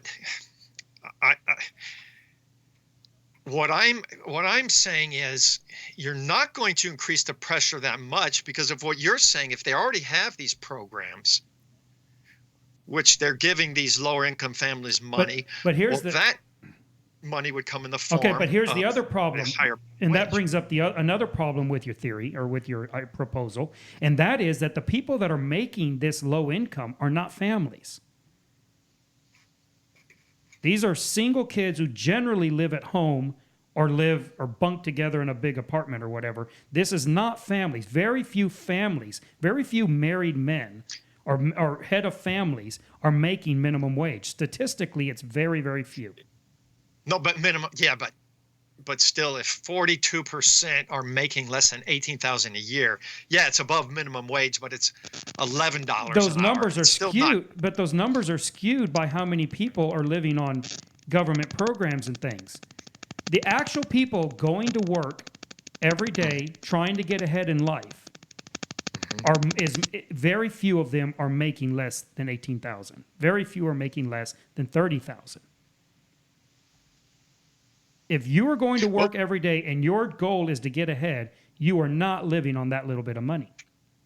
But wait, I just got on the internet and looked up.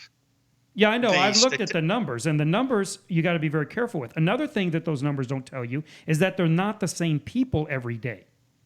See, this is a big problem with how people interpret all these employment numbers and wage numbers and income numbers. You have let's say 42% of people that are making $18,000, but they're not the same people from day to day. They're different people. That number, the people change in and out of the population. But they're moving out of that into another division. Let me give you an example. There are people who have $1 million in the bank, but they'll be under the $18,000 a year thing because they're essentially retired. They're not officially retired, but they're essentially retired. They have a ton of money in the bank, but they make $18,000 a year. Right, but what See, they fell percentage out. of the population are those people? It's not the point. The point is that this shows you how people fall and move between these. So the IRS, I don't know if the IRS did the study, but somebody did a study using the actual IRS tax returns numbers and showed that the bulk of all the tax brackets are never the same people. The idea that there is 1% of people who make so much, 50% of all the income, but they're not the same 1% of people. If you track the actual individual people, they go in and out of all the tax brackets, and the largest turnover there is in the top and in the bottom. Those are the biggest turnovers. The people at the bottom of the income scale will rise out of it very quickly, and the people at the top fall out of it very quickly. And it's a huge percentage of that top 1% that are only there for a couple years. Yeah, I can, without looking up the statistics, I can see how the top 1% would be moving out, but the bottom 40%, I don't see. No, they're constantly moving. This is well proven. They're constantly moving in and out of these brackets. And these brackets are not taking into account whether they're dependents or whether they're head of families. They're not taking into account a great number of things. There's a lot of problems with these numbers, and there's been a lot of research done on them by the people like Thomas Sowell and Walter Williams have done a lot of work in analyzing this data and presenting it, and you can get their columns and stuff and read it. And they go through and explain all this stuff. And they're economists, so they're looking at it from a very careful scientific numeric perspective. Okay. So here's another problem.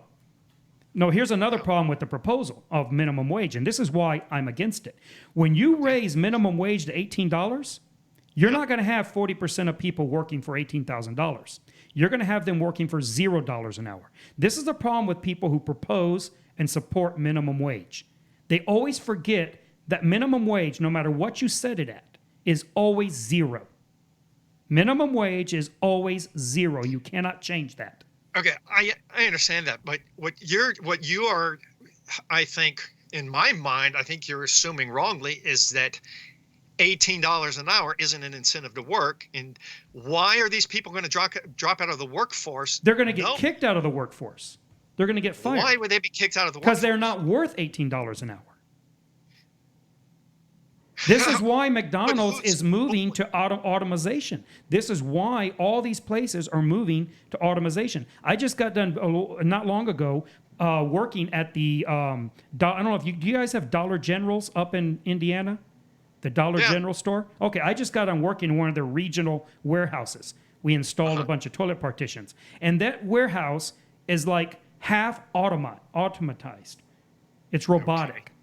They don't have people pulling the orders and moving them around, and it's all these conveyor belts and all these robots that pull the orders and put them on the conveyors, and they get packaged up by robots and put in the trucks. Why? Because they don't want to pay people $8 an hour or $10 an hour to do that job. They'd rather make a one-time investment into robotics, which is very high, but then they don't have to be paying wages. They don't have to deal with people not showing up for work. They don't have to deal with sicknesses and pandemics and any of these issues.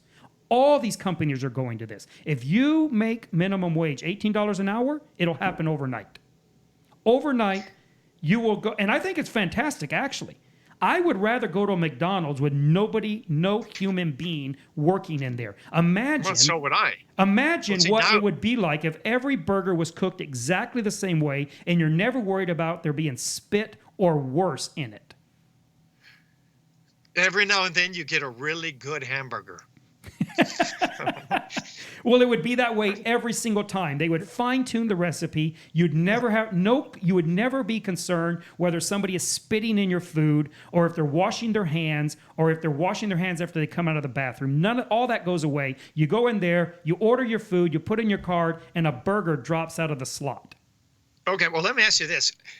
If you think by raising minimum wage, even though it's the government adding on the extra 10. Where's the government doesn't have any money. What's that? The government does not have any money. But they have the printing press. No. They make money. They don't make money. They steal money. The printing press cannot create money. Nobody can create. This goes back to our creation discussion. Okay. Well, there is a natural process by which the government can, quote unquote, create money. And that is by clipping. It's magic. It is. That's what I'm saying. It is. I'm still in the creation Have you side. noticed? They just created it out of nothing. Ex nihilo. Have you noticed the little serrated edges on the coins? Like the quarters have serrated edges? Yeah. Have you seen that? That's so you can stand them up. That's why, huh? So I think that on our quarters, they're there for historical or traditional purposes. They're not there for utilitarian purposes anymore. Okay. But the way that developed on coins was that I believe it was the Romans who started doing that. They wanted to devalue their money, and so they serrated the edges and took the shavings and made another coin out of them. But because the value of the coin was in the actual metal that it was made out of, they were actually taking money from you. This is what happens when the government prints money. They are virtually reducing the size of your dollars. They are trimming the edges of your money. And then taking the trimmings of your money and creating new money to give to your employees. As a business owner, I can tell you right now, businesses compensate in their hiring and in their compensation packages for what the government is going to take from businesses to pay for that. The government will have to impose a business tax on businesses to cover the raised minimum wage. And when the government... Wait, I don't understand why you're saying this. I'm not following the reasoning. If the government is adding on this money to them, they don't have to raise their prices. Yeah, they do, because the government is going to pass that to the businesses. Where do you think the government's going to get the money for that? Where are they going to get the money to raise the minimum wage $10 an hour? Listen to me. They're not going to get it from income tax. No, they're not going to. Where are they going to get it from? They're going to get it from corporate tax. No, they're not going to tax anyone. Of course they are. Print it up. But that is taxation. That is taxation on people who have money.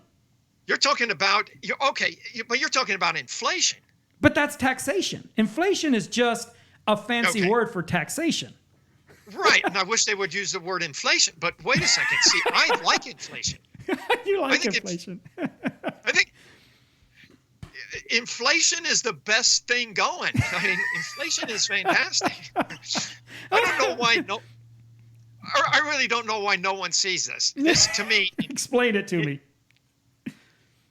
If I were dictator... Boy. If I were absolute dictator, there would only be inflation. There would be no tax. Because inflation is a flat tax. It's equal across the board to everybody. And that's what everybody wants, is a flat tax. So if I were the government, I would get rid of the IRS completely. And there would just be the inflation tax. And then who can complain about this? Everyone would be paying the exact same percentage. No, but you understand that the problem is inflation is completely... I mean, I understand there's an element of humor to what you're saying as well as you believe it. So let me address the part that you believe. Okay. I appreciate the humor part, but let me address the part that you actually believe to be true. So the problem with inflation as a tax is that it is a tax that is not subject to the pressures that control the government from overtaxing.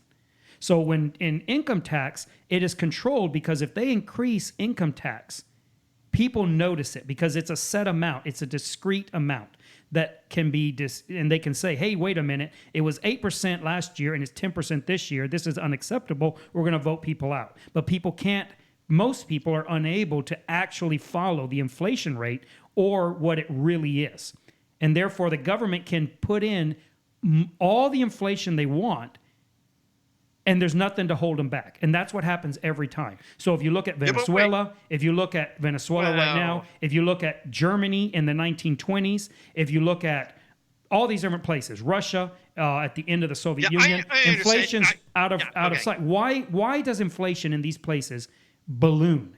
Well, it's because there's no built-in adversarial relationship. So nothing is saying, no, you can't do that. So they just print. Okay. I don't know about the psychological disadvantage of just having inflation, because to me, it would be so easy just to announce every so often, this is what the inflation rate is. This is what the inflation rate is. My problem is, yes, obviously, if taxes is one way they do control inflation. They can just raise the tax and just burn the money that they collect and eliminate the money from society. But I'm just trying to come up with a way that is fair across the board to everybody. And, it seems to me eliminating the IRS would be a fantastic thing. And just because of the psychological, well, the government can print whatever they want. You're telling me they couldn't put some control on this? No, because that becomes then you're back to taxation, and then you have an IRS that is controlling the inflation. Instead of the Internal Revenue Service, it's the Inflational Revenue Service, and it's still, they can reuse their same signs. The same signs, the same forms. Okay. No, but the problem, going back to the minimum wage issue, the problem with minimum wage is that it makes it illegal to hire people who don't have that skill. Minimum wage should be called it's illegal to hire an 18-year-old act, because that's what that is. The government is telling you are not legally allowed to hire an 18-year-old. Okay, I understand what you're saying, but under my system, it isn't costing the employer anymore. Sure, now, you're saying it is. No, of course it is. They're the only ones with the money. That's the only place. Government has no money. Anything they spend, they have to get from somewhere. There's only one place to get the money from. It's from the people who have the money. I understand in theory, but in reality, they print the money. They make up the money, and no, they don't. Well, they don't. That's what the moment the government thinks they can invent money. But they do. That's what the national debt is. I mean, that's not exactly what the national debt is. No, well, they're spending that's more not. than they take in. Yes, they do, and they're selling value to do so. So they're selling bonds, and that's the bulk of the national debt, is treasury bonds. So they've sold, but that is different than simply printing money out of nothing. So a lot of the national debt is not printed money. Well, you're talking. But that's a huge difference there. Well, I don't see that there is a huge difference. They're just taking a few steps to get to the same thing. But it's no, because they're selling a treasury bonds that will have to be paid back at some point in time. So they're selling investment in the future of the United States. It's just what companies do. Companies sell stock. And when you buy stock, you're not buying what you think the company is worth today. So if you go in and you buy Apple stock at whatever they're at, $700 a share, you're not buying that because you think Apple today is worth $700 a share. You're buying that because you think they're going to be worth that in the future. Right. And at the future, they're going to pay you back. So they didn't print money. They sold you shares. That's what treasury bonds are. Right. But see, I think you are mistaken in the idea that it's going to get paid back. I don't think it's going to be paid back. Well, then there you go. But then when that happens, when that actually when that instantiates into history and it not being paid back, then we're going to be Venezuela and Germany in the 1920s and 30s, and our inflation rate is going to skyrocket to where paper is worth less than the paper it's printed on. The money is worth less than the paper it's printed on. That is a possibility, but I don't. Here's what I've seen. In the past 20 years, I don't know why it's like, okay, like the image kind of froze. In the past 20 years, issues. The past 20 years, I've been hearing that all this money printing, all this creation, it's going to cause inflation. It never has. It just never has. The more money they print, Trump, what they just did, I don't know, like added $5 trillion to the debt because of this coronavirus, and the dollar goes up in value, and deflation gets worse. Something is out of skew here, because the idea that printing money is going to cause inflation is not happening. And it's not happening right now. It's not happening at the moment, and it's complex. But a lot of this is like, you can look at a microcosm of this in the housing market crash. And there were people predicting that what they were doing with the housing market was going to cause the housing market to crash. And yet, even though they bet billions of dollars on it, you can watch that movie. I don't know if you've seen the movie The Big Short, that detail it goes through, and they kind of dramatize this. But it's a great movie called The Big Short that talks of that is like a portrayal of the people involved in the shorting the housing market. And so there you had these number of these people led by a guy named Dr. Burry, who shorted the housing market. He went to the banks and said, I want to bet against the mortgage market. And they didn't have a financial instrument that existed, because nobody ever bet against housing. Housing was the foundation of the economy. Nobody bet against that. That was never going to crash. And he went and said, it's going to crash. I want to bet against it. And so the banks, like Goldman Sachs and these banks that went out of business, they created a shorting instrument for the housing market that he bought a lot of millions of dollars, and other people got wind of it and started buying into it also, and they started buying this up. So now they're holding billions of dollars in shorts that they have to pay a monthly premium on, like an insurance premium, if the market goes up instead of down. Well, the market keeps going up. Yes. Even when all the mortgages started defaulting, the mortgage instruments kept going up, even though what they were built on was defaulting at record rates. It still went up. Okay. And no one could figure out why. But then eventually they held on, and then 2008, we all know, it all crashed, and they made billions of dollars because of those shorts. The point is, that's a tiny microcosm of what this is. The macro economy and the currency situation is far, far more vast and far more complex. Okay, but here, I know, it obviously is. My point is this: I've been you can go back. My memories only go back to about Ronald Reagan. I was an adult. And so I actually listened to a little bit. I've heard from every single president since then. National debt. This is a problem. We're selling our children's futures, and this debt goes up. And then for the past 10 years, it's like Congress, they fight over this national debt. They reach the debt limit, and then they fight a long time. And now every time I watch it, fight all you want, you're going to raise it, because they always raise the debt limit. It's been at least 50 years, and nothing has happened because of this debt.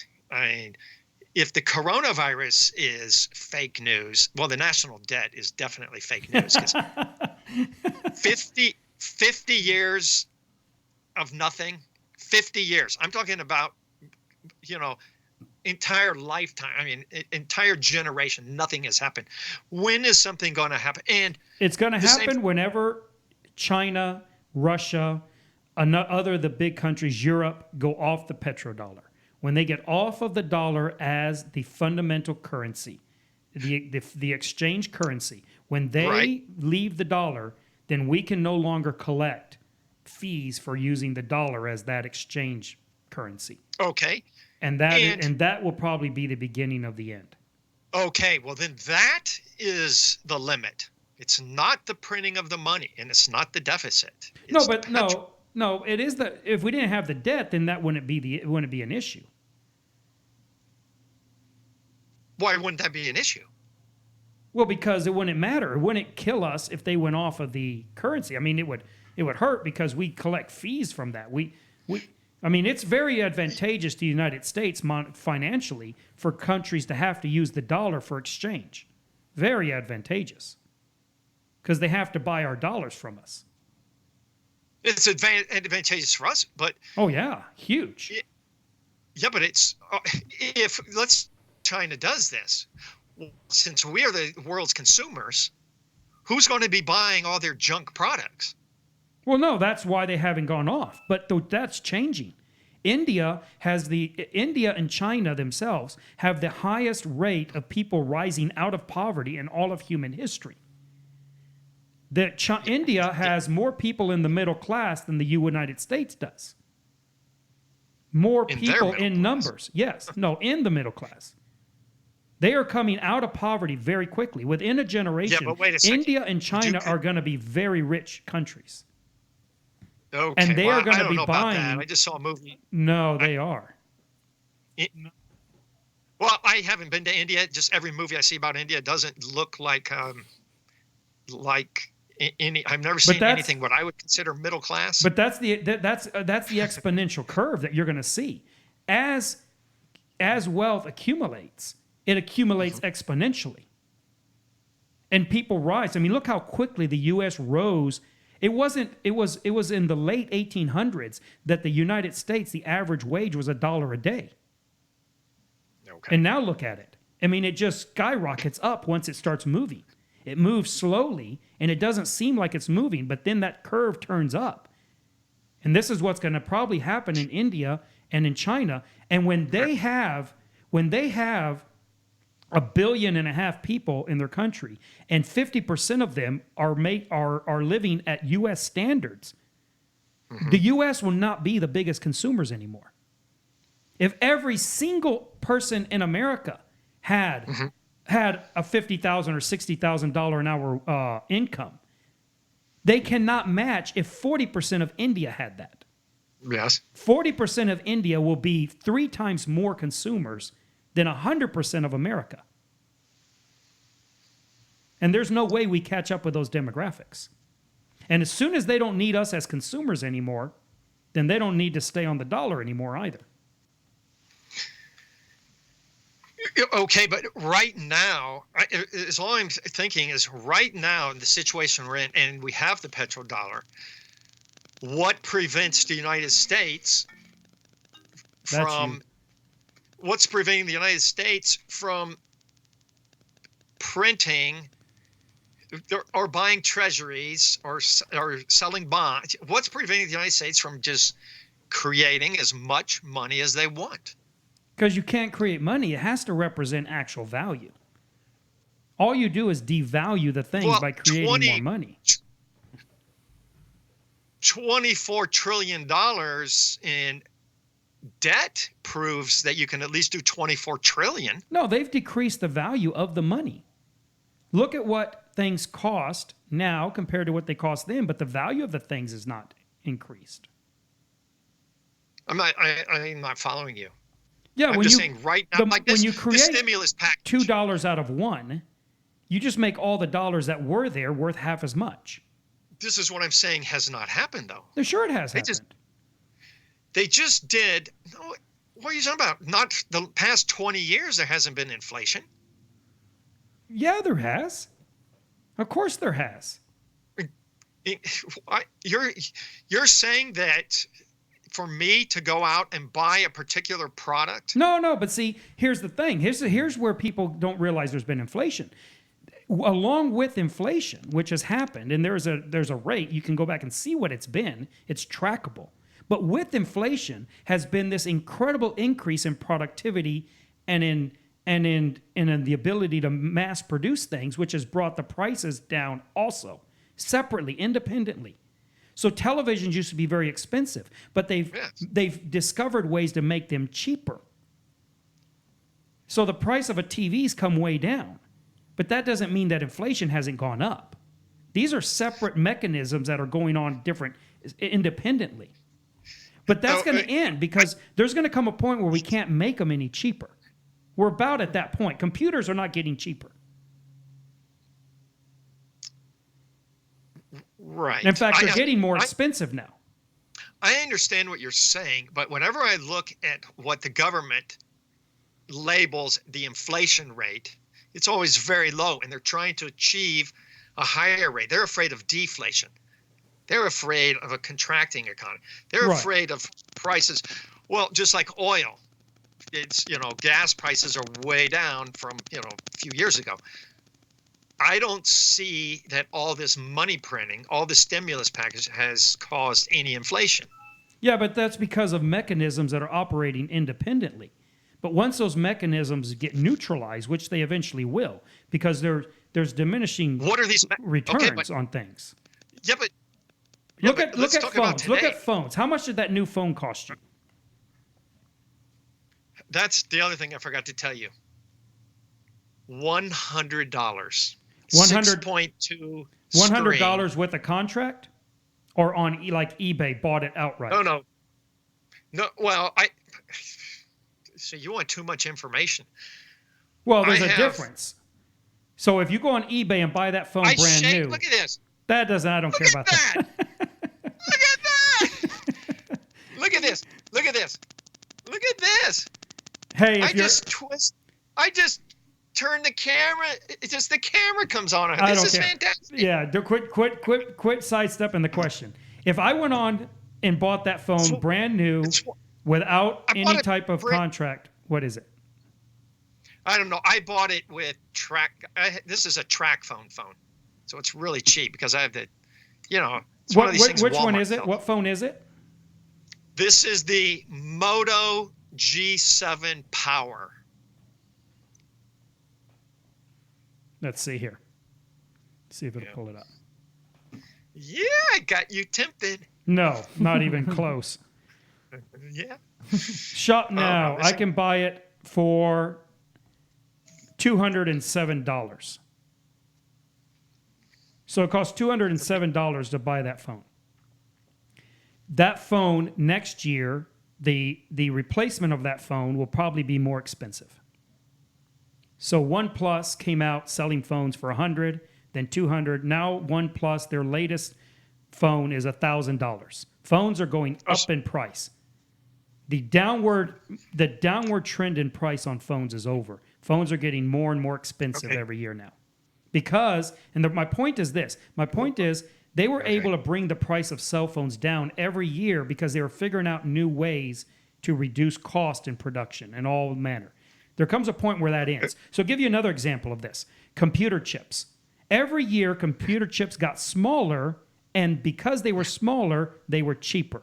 Because silicone is very, very expensive to produce at the purity needed for computer chips to be stable. Okay. And so by making them smaller, they could get more chips on the die, which made them cheaper, right? Well, now they're at the point where making them smaller makes them more expensive. So the reason why these small devices are costing more than you thought they were going to a few years ago is because smaller chips are now more expensive because of the amount of research, the amount of engineering required to make those runs, those transistors so small. So now the price is now going up on computer chips instead of down. And I don't know that that's ever going to change now. Okay. Well, I don't know, but I'm just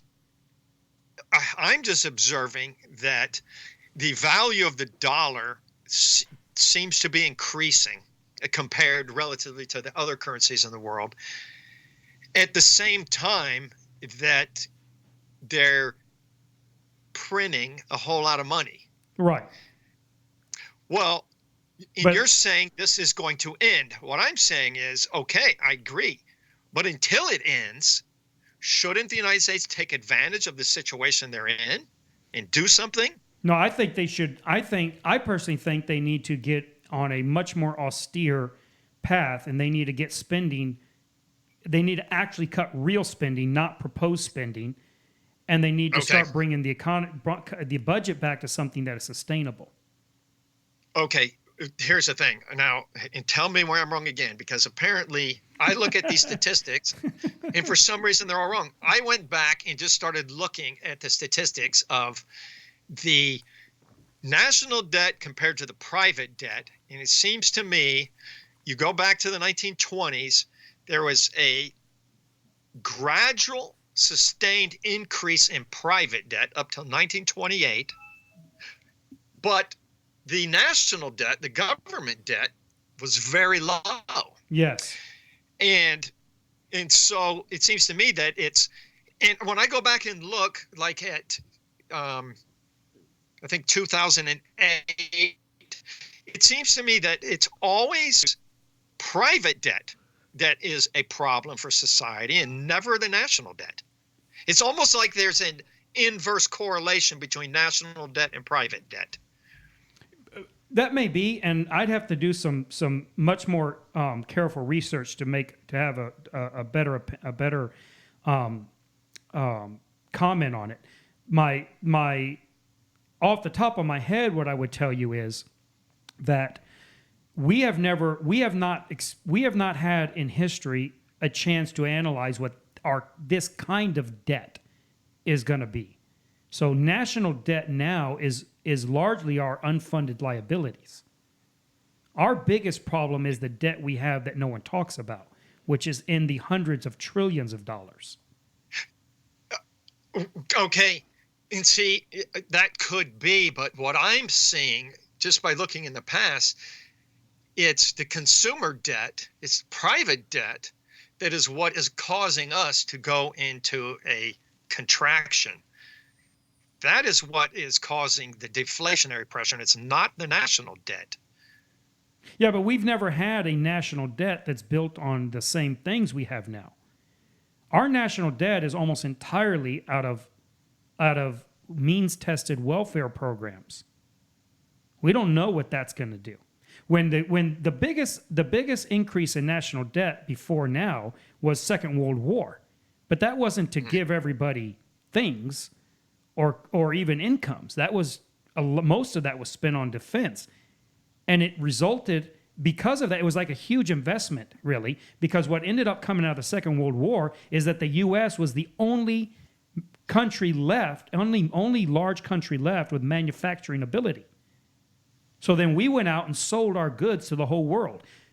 By spending that money and by going into debt in Second World War and spending that money on basically bombing the life out of every European manufacturing facility, made us the only ones who could manufacture anything for the next 50 years. So everybody bought our cars, they bought our whatever we were selling. Okay, well, then that puts the United States in a very, very bad situation because our dollar is overvalued because of the petrodollar. Manufacturing has moved out of the United States. And so if the dollar collapses for any reason, we're doomed. Well, that's the only thing we're selling anymore. It's getting to where the only thing we're selling is the stability of our currency. Well, everything else we're buying. Well, I'm just saying, and as long as this lasts, because once that stops, I just don't see, United States is history. Yeah, probably so. Well, they should take advantage.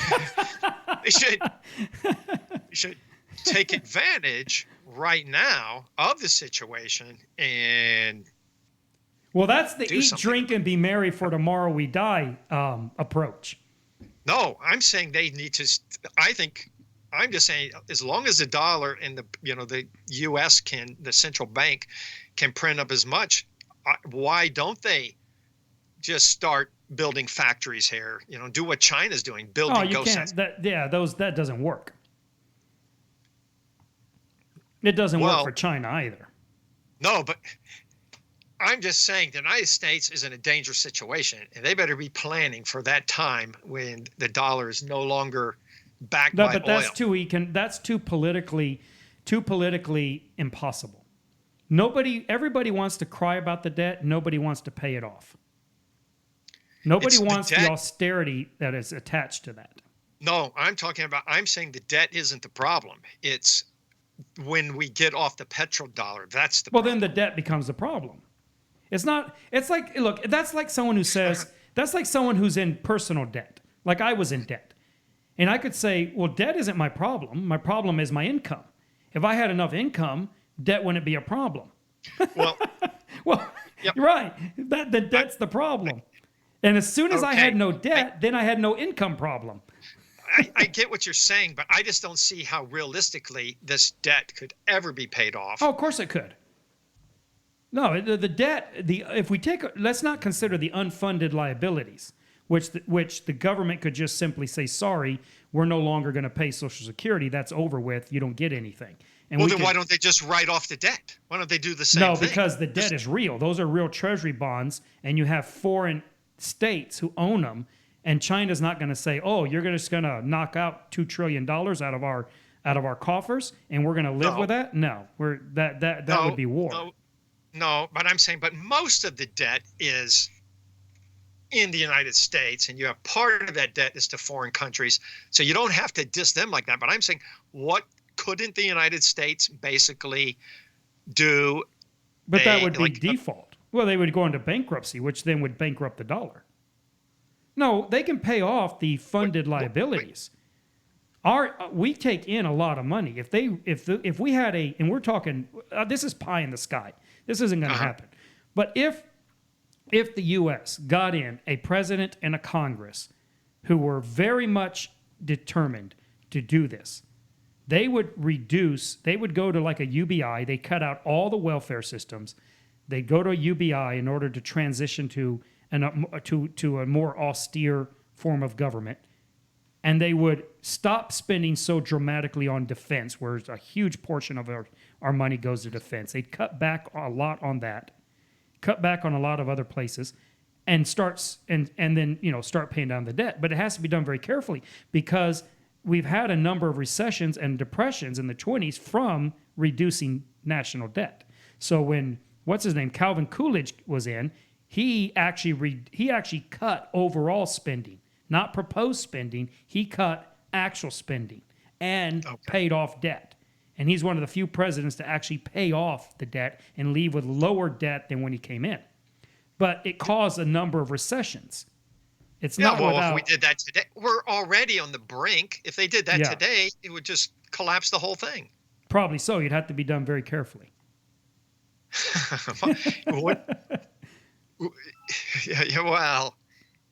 Yeah, and that's not going to happen. No, Can't. that's all pie in the sky. No, Well, let me just there's ask no you way this. to get that to Can't- happen. Can't the United? I don't know the fairness of this.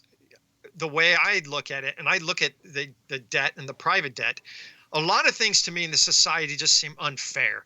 And that's why when I was listening to you talk to Adam Newman and other podcasts, I thought I could be wrong on this, but it looks to me that the way the society is set up here, since I've come here, this is a different country than when I went to Mexico. Oh, of course. And I don't remember it being this bad here, but it seems to me that there is what everyone's crying about, this inequality. There is a much larger, lower economic class than I ever remember there used to be. There's a whole lot of people struggling.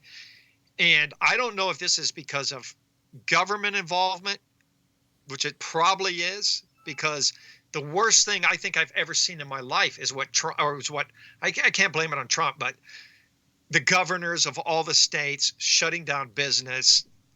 In my point of view, that is just a total abuse of their authority. They're destroying the society by doing this. I don't see any good, so good. Yeah. So I chalk one up for the Austrian economist. Yeah. Big government is ruining everything. I mean, in that sense, I think that's terrible. But I also, on the other hand, I don't have a problem like with UBI or some stimulus. I wouldn't do it the way they're doing it. I think you have to give people incentive to work. That's where I thought of that idea of the government tacking on a certain amount to the minimum wage. But that's to promote working, not the way they're doing it now. If you look at the statistics, so many millions of people have declared unemployment. Now they're making more money being unemployed because of the $600 a week stimulus. And then the next week, so many more millions of people are declaring unemployment. No kidding. They're going to make more doing that. Yeah, it's a exactly. terrible thing. No, it is a terrible thing. And the unemployment is largely paid by the businesses that are already struggling because you have to pay it. It's not, the government doesn't have the money, right? And they're not even on the hook for it. They pay it, but then they take it out of the business where you work for. So if I have an employee who goes on unemployment, they send me the bill. I have to pay the bill. So now the companies that are already struggling are paying higher unemployment taxes because they have to cover what they're given in unemployment. That's how it works here. Okay. Well, let me just ask you this. Don't you think, I'm just looking back at what happened in the economy and the 2008 financial crisis. The government started doing quantitative easing and they started stimulating the economy. It seems to me that this did advantage, or I don't even know if this is the right way, but it seems like the poorer people, all the people who lost their homes, who, had to walk away from these mortgages because now their homes are worth less than what they owe on them. Well, the banks got bailed out, but the individuals didn't. And a lot of this money that the banks had, why do you say the individuals didn't get bailed out? Well, they took on mortgages that they couldn't. Yeah, but did they pay? Were they put into a debtor's prison? Were they required to pay them? But they lost their home. But it wasn't their home. Yeah, but well, it wasn't their home. They hadn't paid for it. In other words, it turns out they were renting instead of buying. Right. Okay, but they were okay. Well, I mean, they were complete. Their debt was completely wiped away. Yeah, but what I'm saying is their dreams and their hopes were destroyed. You can't put a monetary price on hopes and dreams. You can't get bailed out. You can't get bailed out of hopes and dreams. Wait, hold on a second. Now, wait a second. Now, I don't know why your internet is. Yeah, I can barely hear you. I can only hear laughing. That's all I'm doing. I only hear laughing, but I can't hear anything. What I'm saying is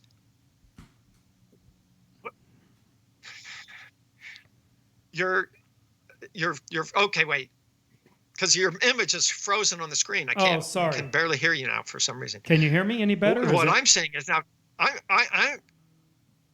yeah, it's barely okay. Here, let me try something. Hold on one second. Let me try something. Hold on. Okay.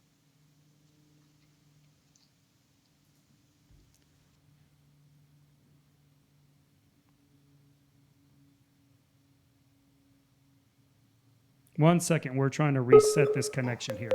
Oh, wait. You there? Wait. No. Okay, wait. Just get the video back up. Log back on. Yeah, I it's see still you. pretty bad. Okay. Okay.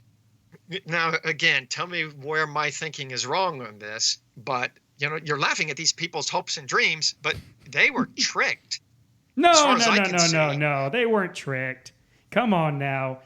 They were borrowing more money than they could pay back. Yeah, but you're telling me that the people selling the homes weren't telling them, look, every year the prices are going up. Sure they were, but these were adults who were signing mortgages for $500,000, for $1 million, for $2 million on homes that were way beyond their reach. The traditional teaching that everybody in America has been given is that your housing should not be more than a quarter of your income. It is your responsibility as a buyer to not buy beyond your means. You cannot wipe away the responsibility of the people buying the houses. I'm not saying that the people selling them weren't a bunch of crooks, and the government, which was even worse, in that they were promoting selling houses to people who couldn't afford them. So this is another problem. The main problem with the housing market was that the government stepped in before it all happened. Yes. Way back and said, we want people to own homes. It's the path to success. It's the path to wealth in America. It's the American dream. We want hopes and dreams for people, right? They're Right. right up your alley. Right. Hopes and dreams, that's what we want. And so they said, we are going to federally guarantee the loans. Okay. Do you know what happens whenever you federally guarantee the price of anything? The price skyrockets. Yes. If the government says to colleges, let people in, if they give them a loan, if they default on their tuition payments, the federal government will guarantee the tuition. What happens Yes. to tuition in America? Yeah, it skyrockets. 1,500% increase in tuition since that happened. Right. I understand. But Because now here is somebody with unlimited money saying, no matter what you do, I will pay for it. Okay, exactly. I agree with everything. I think it's So terrible. everybody's complicit. Okay, but the people, here's what I'm saying. When I came to the United States and we went to buy a house, houses were just way out of our reach. We couldn't buy one. So what I had to do, in the amount of money we make, I had to go find a house, which I did, which a foreclosed house. It was a house that had pretty much lost all its value. Old house built in 1890. And that's the only way that we could afford this. I see that the housing prices in the United States are artificially just way high because of a government involvement, because of, the money government has given the banks, and now they, in a financial sector, and now they're speculating in real estate, causing prices to go up. Everything's more expensive. You can't get sick in this country unless you have insurance. You're doomed. Why could I go to the doctor so easily in Mexico? It costs me $2. Here, poor people who have it worse than us, I think we are at the highest end of the poor spectrum, if you want to call it that. I actually think we have it pretty good, but no person who makes less money than we have they can't go to the doctor. Well, yes, they can. They can't buy a house. So actually, none of that's true. So it just depends on what you mean by less. So this is the problem with progressive tax systems, progressive wage systems, and income brackets. When you were at wait a second. Wait, you just jump way ahead. You said yes, they can. Do you know how much a doctor costs? Yes, I do. I don't have insurance, and I go to the doctor, so I know exactly how much it costs. Okay, now your picture is so clear, and your voice is like a minute behind your. Yeah, we're behind. Face. Let's try reconnecting. So I won't even look at you. And I'm going to hang up and call you back. Let's try reconnecting. Okay.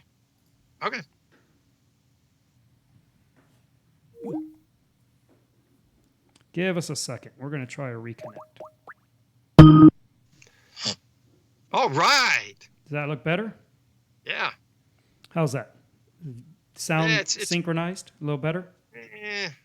It's a little better. Go ahead.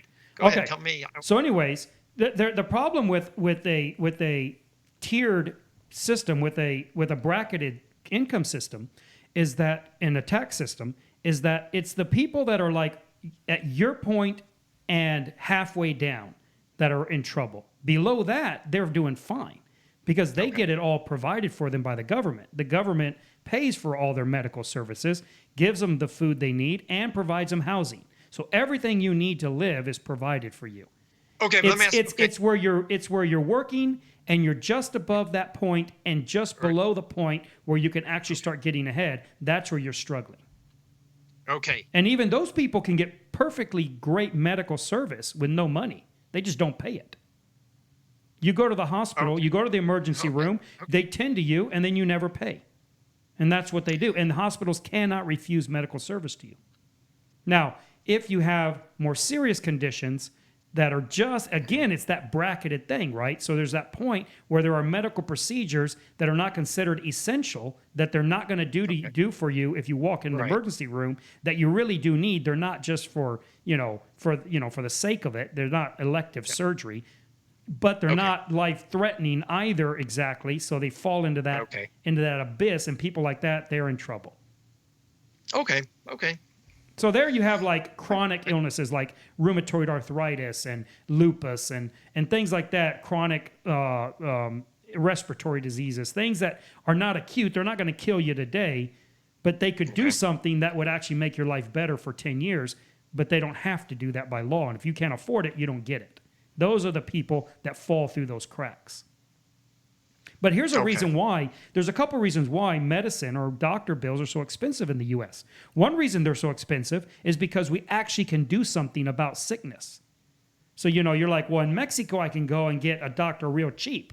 Yeah, and he puts a leech on you. I mean, you know, yeah, wonderful. No, I'm joking. It's not that bad. But they're not nearly, they don't have nearly the ability to help you as they do in the U.S. Now, I'm not saying each doctor in Mexico to each doctor in the U.S. I'm just saying overall in general, it's much better to be under American medical attention than Mexican medical attention in general, right? Okay. And so that is going to increase the price. When you go in, I live in a town of like 300 people, and we have a clinic here in town that has almost everything you would need. The only thing they don't have is an MRI machine. It's the only thing they don't have. You can get a CAT scan. You can do all kinds of stuff there. And that little clinic is a tiny little thing in a shop in a strip center. You don't find that in Mexico. If you go to the little doctor you're talking about who charges you $20, he doesn't have any of that stuff. Mm-hmm. It's just him in an office. Okay. So that all costs money. Now, what's interesting about our little clinic is it is topped out. So they will only charge you $500 max, no matter what they do. So if you go in, anything they are able to do, you know it will only be $500. Okay. Which is not bad. Not bad at all. Yeah, that's... Hospitals are kind of like that now. So I got a bill recently for, it was like a $3,000 bill for something that they did with, I don't know, some procedure, right, that got done. It was about $3,000 bill. And then they have it itemized, and then they say, well, you don't have insurance, so we're going to deduct a whole bunch of that, and I ended up just paying $400. And that's how it is in the U.S. Now, this is where the problem with insurance comes in. So with insurance raises the price of everything. Mm-hmm. Just look at it from auto insurance perspective. If everybody has auto insurance, it costs a lot more to get a car fixed than if nobody has auto insurance. Yeah. You see there? Because again, you have the deep pocket syndrome. You have somebody with deep pockets, and everyone's going to overcharge because they know somebody with deep pockets it isn't their car and it isn't their money. See, Milton Friedman had a little diagram he would show on this, where you'd have a little square with 4 cells, and you had your money and other people's money spent on you and spent on others. And the diagram shows that the least value you get for money is when you're spending other people's money on other people. When you spend your money, you're going to look for the best price. When you buy something for yourself, you're going to look for the best value. You see what I mean? Yeah. If you spend other people's money, you're going to look for you're not going to care about the price. If you're spending money on yourself, but other people's money, you don't care about the price. You just care about the value. You're going to get the best you can get, regardless of the cost. See? But when you spend your money on other people, you only care about getting the cost less. Okay. You don't care if it's not very the value's bad, right? Mm-hmm. So if I'm buying something with my money for you, I'm going to look for the cheapest one, and I don't care if you're getting terrible value for the money. It just costs me less. Right. But if I spend other people's money on other people, I don't care about the cost and I don't care about the value. So I end up spending more money for the cheapest, junkiest thing I can find. Because what I care about is maximizing my efficiency. So I just buy the first thing I can find, the cheapest, junkiest thing I can find, and I'm willing to spend the most amount of money for it. Well, that's what you have when you have insurance, and it's what you have when the government buys stuff. They are spending other people's money on other people. So you're spending more money and getting less for it. That's why most intelligent politicians and economists, what they suggest is the government should not be giving people stuff. If you're going to, and that's where UBI comes in. You got to give people the cash. You can't give them food stamps. You have to give them the cash so they can go buy what they want to buy. Because if it's their money, and once the cash is in their hand, it's their money. Yep. And they are going to find the best prices with the best value. It's just human nature. Oh, yeah, very interesting. Yeah, makes sense. And it's the same way with medical service. Instead of providing people with a blank check from insurance companies or from Medicare or Medicaid, they need to put it in a health savings account. That money's yours. Anything you don't spend of it at the end of your life passes to your children. Your children get it tax-free. Yep. Then when you go to the hospital, you're not just going to say, hey, run every diagnostic test you can on me. You're not going to say, hey, prescribe any medication. You're going to say, is there a generic? Is that test necessary? Why is this doctor who stepped into my room for 2 seconds and said hello to me charging me $1,000? They do that. Yeah. If you're ever in the hospital, you have got to check your bill. You demand an itemized bill, and you have to check every line. Because every time a doctor steps in your room and says, hey, how you doing, Mr. Carpenter? He's doing that so he can bill it. And he puts his name on he'll pick up your chart, he'll look at it, he'll put his name on it, and the hospital will bill for a consult. Even though all he did was say hello to you. And they go to every room and do that every day. I know. I used to like that when I was... Go ahead. I was saying when I was a kid, I used to like that because my dad would come home with a lot of money. That's right. Your dad was a doctor. I don't like so you know all about this. I don't like it anymore. My mom, she came to visit me in Mexico the last time she went, and we didn't know why. She just spent all day in her room watching soap operas. She would never get out. And so she comes back to the United States and she passes out at the airport. She had a bleeding ulcer. So they took her to the hospital and she was there for 3 days. I had to do a couple blood transfusions. It cost her $42,000. And the itemized bill, like one aspirin, $35. Yes. Everything is like just ridiculous. But my mom has no money, so she couldn't pay. Yeah. Now consider that, contrast that experience with what it would have been in Mexico, where they don't have insurance. Most people don't have insurance. So what do the hospitals do in Mexico? They tell you, hey, you need these medicines. They give you a list. You go out wherever you want and purchase your own medication. The hospital doesn't provide it. Right. You go to whatever pharmacy you want and you buy the medication they've prescribed and bring it back so they can administer it. This one young kid came to my house in Mexico and he had a bandana on covering his face, like he's a thief. Yeah. But he wanted work. And I noticed that blood spilled down onto the street.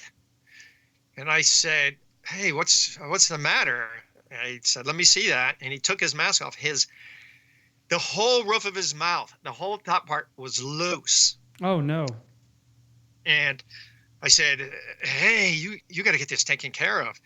I drove him over. This is in Queretaro. I drove him over to the main hospital. I took him into the emergency room or whatever. And as I was on my way out, they were running after me to get my information. They wanted my information. And I just left. Oh, no, goodbye. And I left. Well, he came back a few days later. Yeah, they sewed him up and fixed him. But yeah, they were expecting me to pay for. I didn't even ask. I can't remember if he gave me the bill or something, but I said, I'm not. But they're not so bad in Mexico. I mean, they did save him. Medical professionals everywhere are very conscientious in general, for the most part. I think there's bad apples that are gaming the system. Like these doctors walking in and doing quote unquote consults and padding your bill. But the reason they're doing that is because they don't think you're paying it. They think the insurance is paying it, and the insurance is going to negotiate the price down. So they are. It's the same dance that's done. It's the same thing you do when you go to the tianguis, when you go to the little markets, right? And they say, hey, how much for a kilo of apples? How much for a pound of apples? And they say, $10. But you know that they've inflated the price because they expect you to bargain. So they Yes. they really want 7. I mean, we do it with cars. How much for the used car? $3,000. But you really want 2. You say 3 because you know they want a discount. That's why I throw people off. I'm like, look, I don't bargain. I don't discount. I tell you what I'm willing to sell it for, and you say yes or no. And people think I'm lying. So I say, $3,000. They're like, I'll give you $2,500. I'm like, you don't understand. $3,000 is my minimum. That I will not sell it for less. I don't bargain. I hate bargaining. I hate buying. I hate regateando, like they say in Spanish. I hate it. Yeah. So tell me what the price is, and I'll tell you yes or no. But my son came. My other son came, and when a while back, he was selling vacuum cleaners, these really good vacuum cleaners. And he came in, and he was his first one. He had to do a demo with family members, and so he did his first one with us. And so I put him through his paces, asked him questions he couldn't answer, and made it really hard on him. Which I think he had to go and learn. He got real good at it. Then he got really good at selling those vacuum cleaners. Anyways.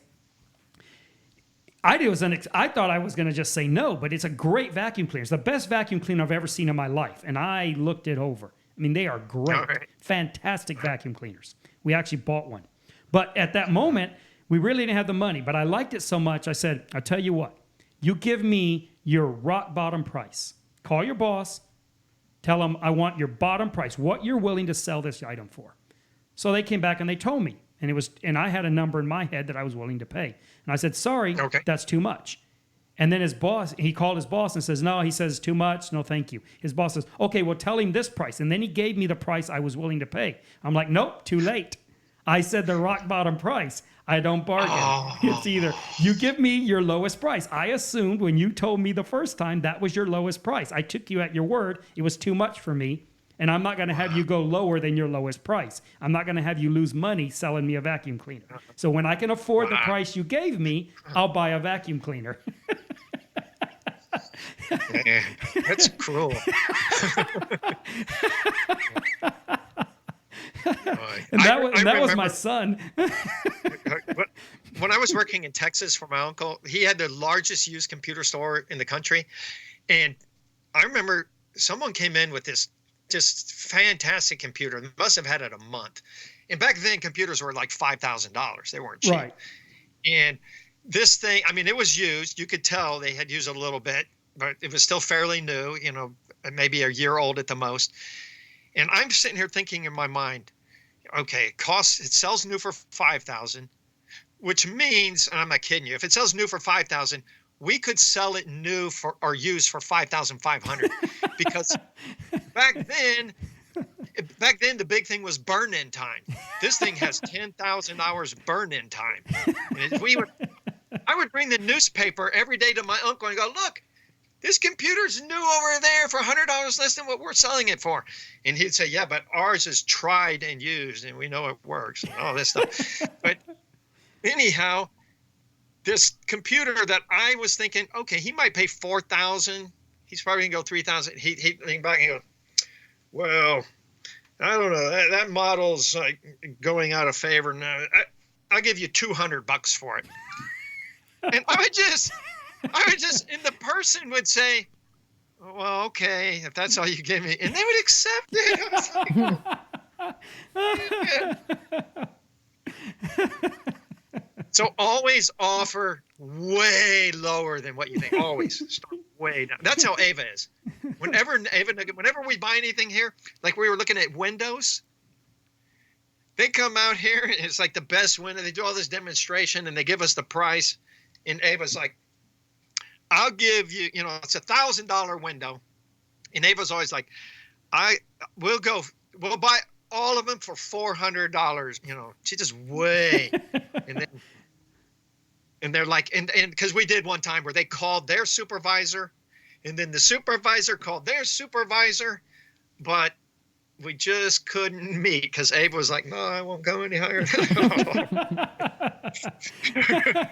And see, I don't do that. If I go to someone, I say, what's the price? They give me the price. I never ask for them to go down. Either I buy it or I don't buy it. It's like, no, it's more than I was going to pay. Or if it's what I'm willing to pay, I buy it. And they say, well, they sold that for $100 cheaper to someone else. I don't care. It's what I was willing to pay. I just don't bargain. the negotiation. I love to watch Ava going back and I'm just like, oh, okay. I mean, that's fun. It's like ping pong. Whoa. Wow. See, I hate all that. That's why I love Amazon. They have a price. They keep changing it. It changes every day. The price goes up. It changes by the minute, up and down with the market. And you're generally getting the best price. And I just buy it and they ship it to me. And there's no negotiation. I hate my eBay. brother's wife. Oh, my brother's wife. She negotiates in Walmart. Oh, good grief. Yeah. He goes to Walmart. That's ticketed price there. I'll give you, and they do it. They lower it for her. It's like, what? That's Crazy. funny. Oh, that's funny. So what else have I said that you don't agree with? Well, no, we'll put it this way. I'm going to have to go look on the creation thing, the creation evolution thing. I'm going to have to look more into this. On the economic side, yeah, you're very persuasive on economics. Very persuasive. I have to tell you that. And I don't have to argue with you on Revelation because I came to the same conclusion. We'll have to do another podcast and talk about Revelation. Okay. That'd be good. Okay. Yeah, then, I don't know what else. Oh, wait, we have to. Okay, let's finish on the coronavirus. Okay, sounds good. Man, you've got to be kidding me! What is wrong with everyone? Yeah, no kidding. It was 2 days ago. 2 days ago at my workplace, they said, "Stay away from everyone. Stay away." The one girl that works with us, her husband was being tested for the coronavirus. And so they said, "Oh, this is terrible, terrible." And I'm like thinking, we've already had it. What's wrong with everybody? What's wrong? We've already had it, and it was not that big of a deal. And I still am very persuaded that it was, because because I do agree with one thing, very contagious, because only Joanna didn't have it in my family. Everyone I work with had it. The principal of the school had it. I mean, everybody seemed to have this thing, but it wasn't that bad. And it was right during the coronavirus thing. I'm still persuaded. And that was early February, before the panic. That was when the stock market was still going up. Oh, here we go. Well, here's the deal. I have an employee who tested positive. Okay. And I was working with him for 2 weeks. In fact, we were out of town, so we were living in the same house, driving to work in the same car, home in the same car, eating together, eating our meals together. He was washing the dishes. I was cooking the meals. So we were living very in close quarters. We had separate bedrooms, but other than that, we're in the house, in the same rooms. We're working in the same bathrooms together for 2 weeks. He got it, and I didn't. Mm-hmm. So I don't know how contagious it is. Yeah. Well, wait a sec. See, now that makes perfect sense to me. And did you see I posted on my Facebook page. Did you see the doctors saying that if you're healthy, you want a strong immune system and you want this contact and you're building up your immune system? I've always looked at you as unbreakable, and I'm the man of glass. That's true. You can eat tacos on the street in Mexico. I can't. Yeah, I think you are very immune. Well, see, I don't ever get sick. I know. But my whole family gets sick. We went to the beach, and we went to the beach where my dad has his beach house in Mexico, and there was these guys that were scooping up oysters out of the bay, and I bought a huge 5-gallon bucket of oysters from them, from those guys, and we took it to the thing, and we just shucked them and started eating them raw.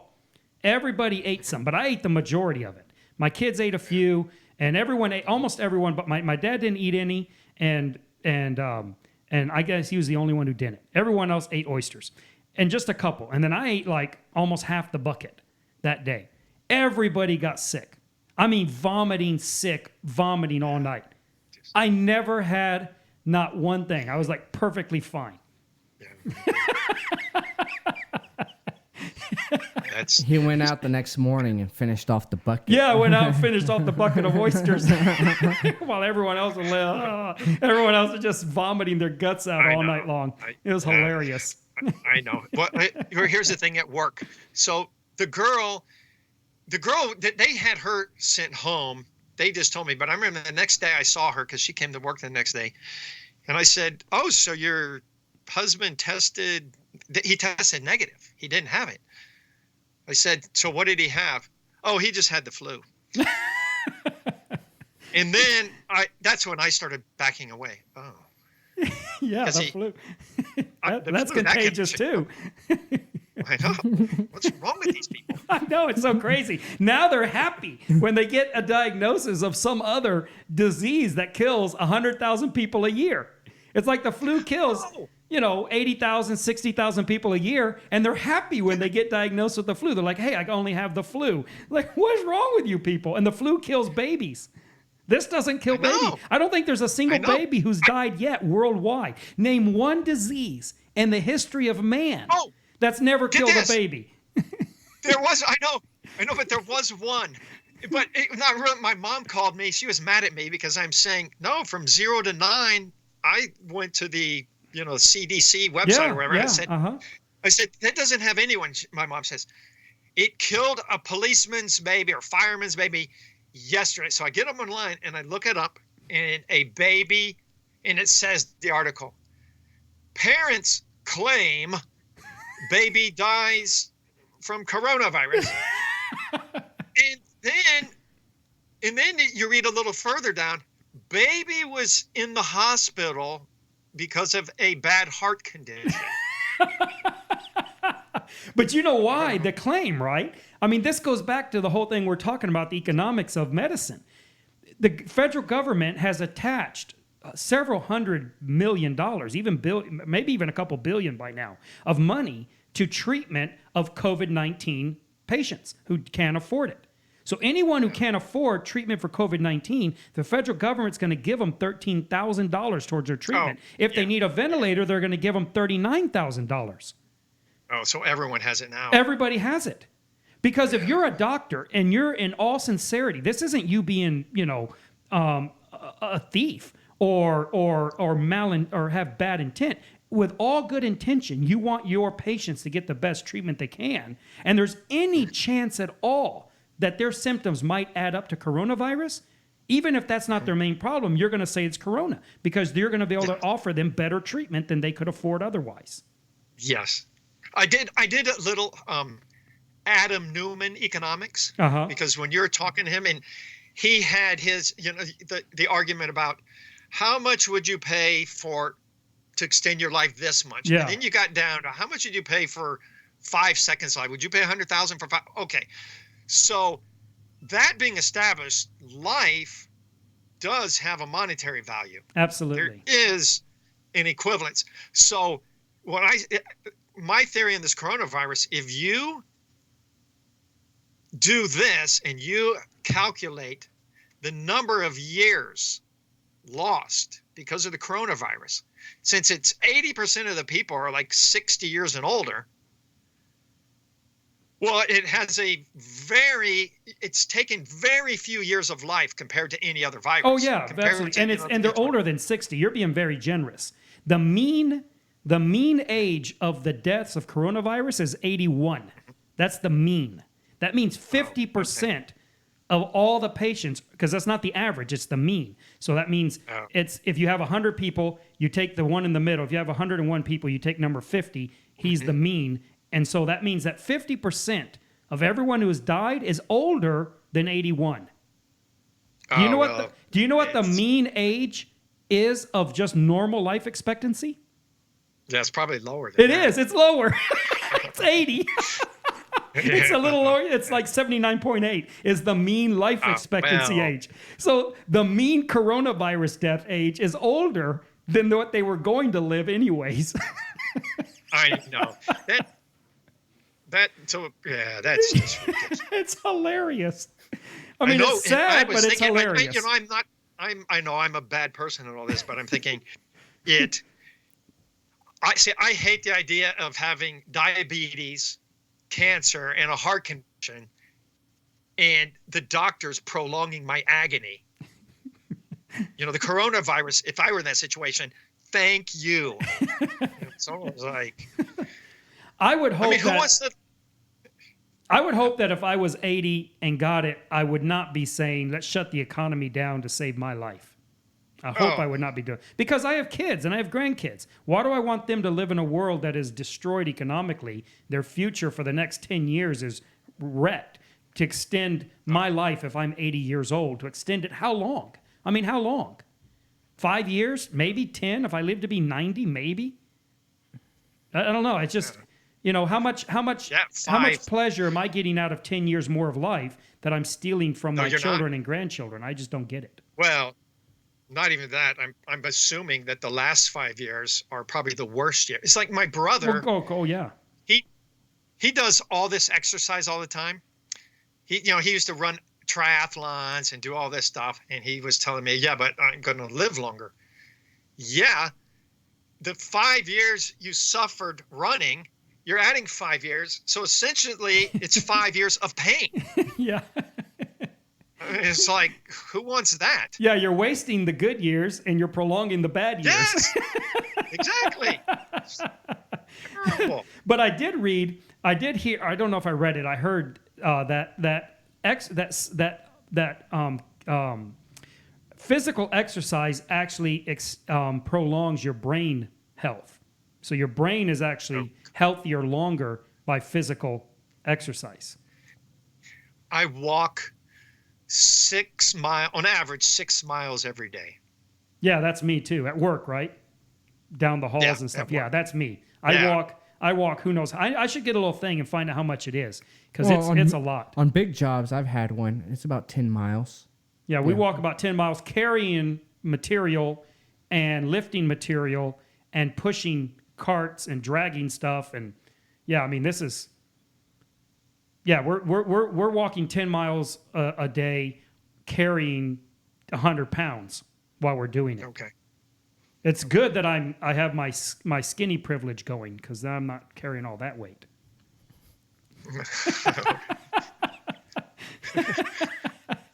All right. Well, I got to get going. Brett, it was great talking to you. We'll get you back on and discuss the Revelation stuff. You ought to put together a thing that I can put up on the website and people can look at of your comparisons you've done, because you've done a lot of work in that. It's very interesting. Okay. All right. Thank you, sir. Thank you. Good talking to you. Great seeing you. Take care.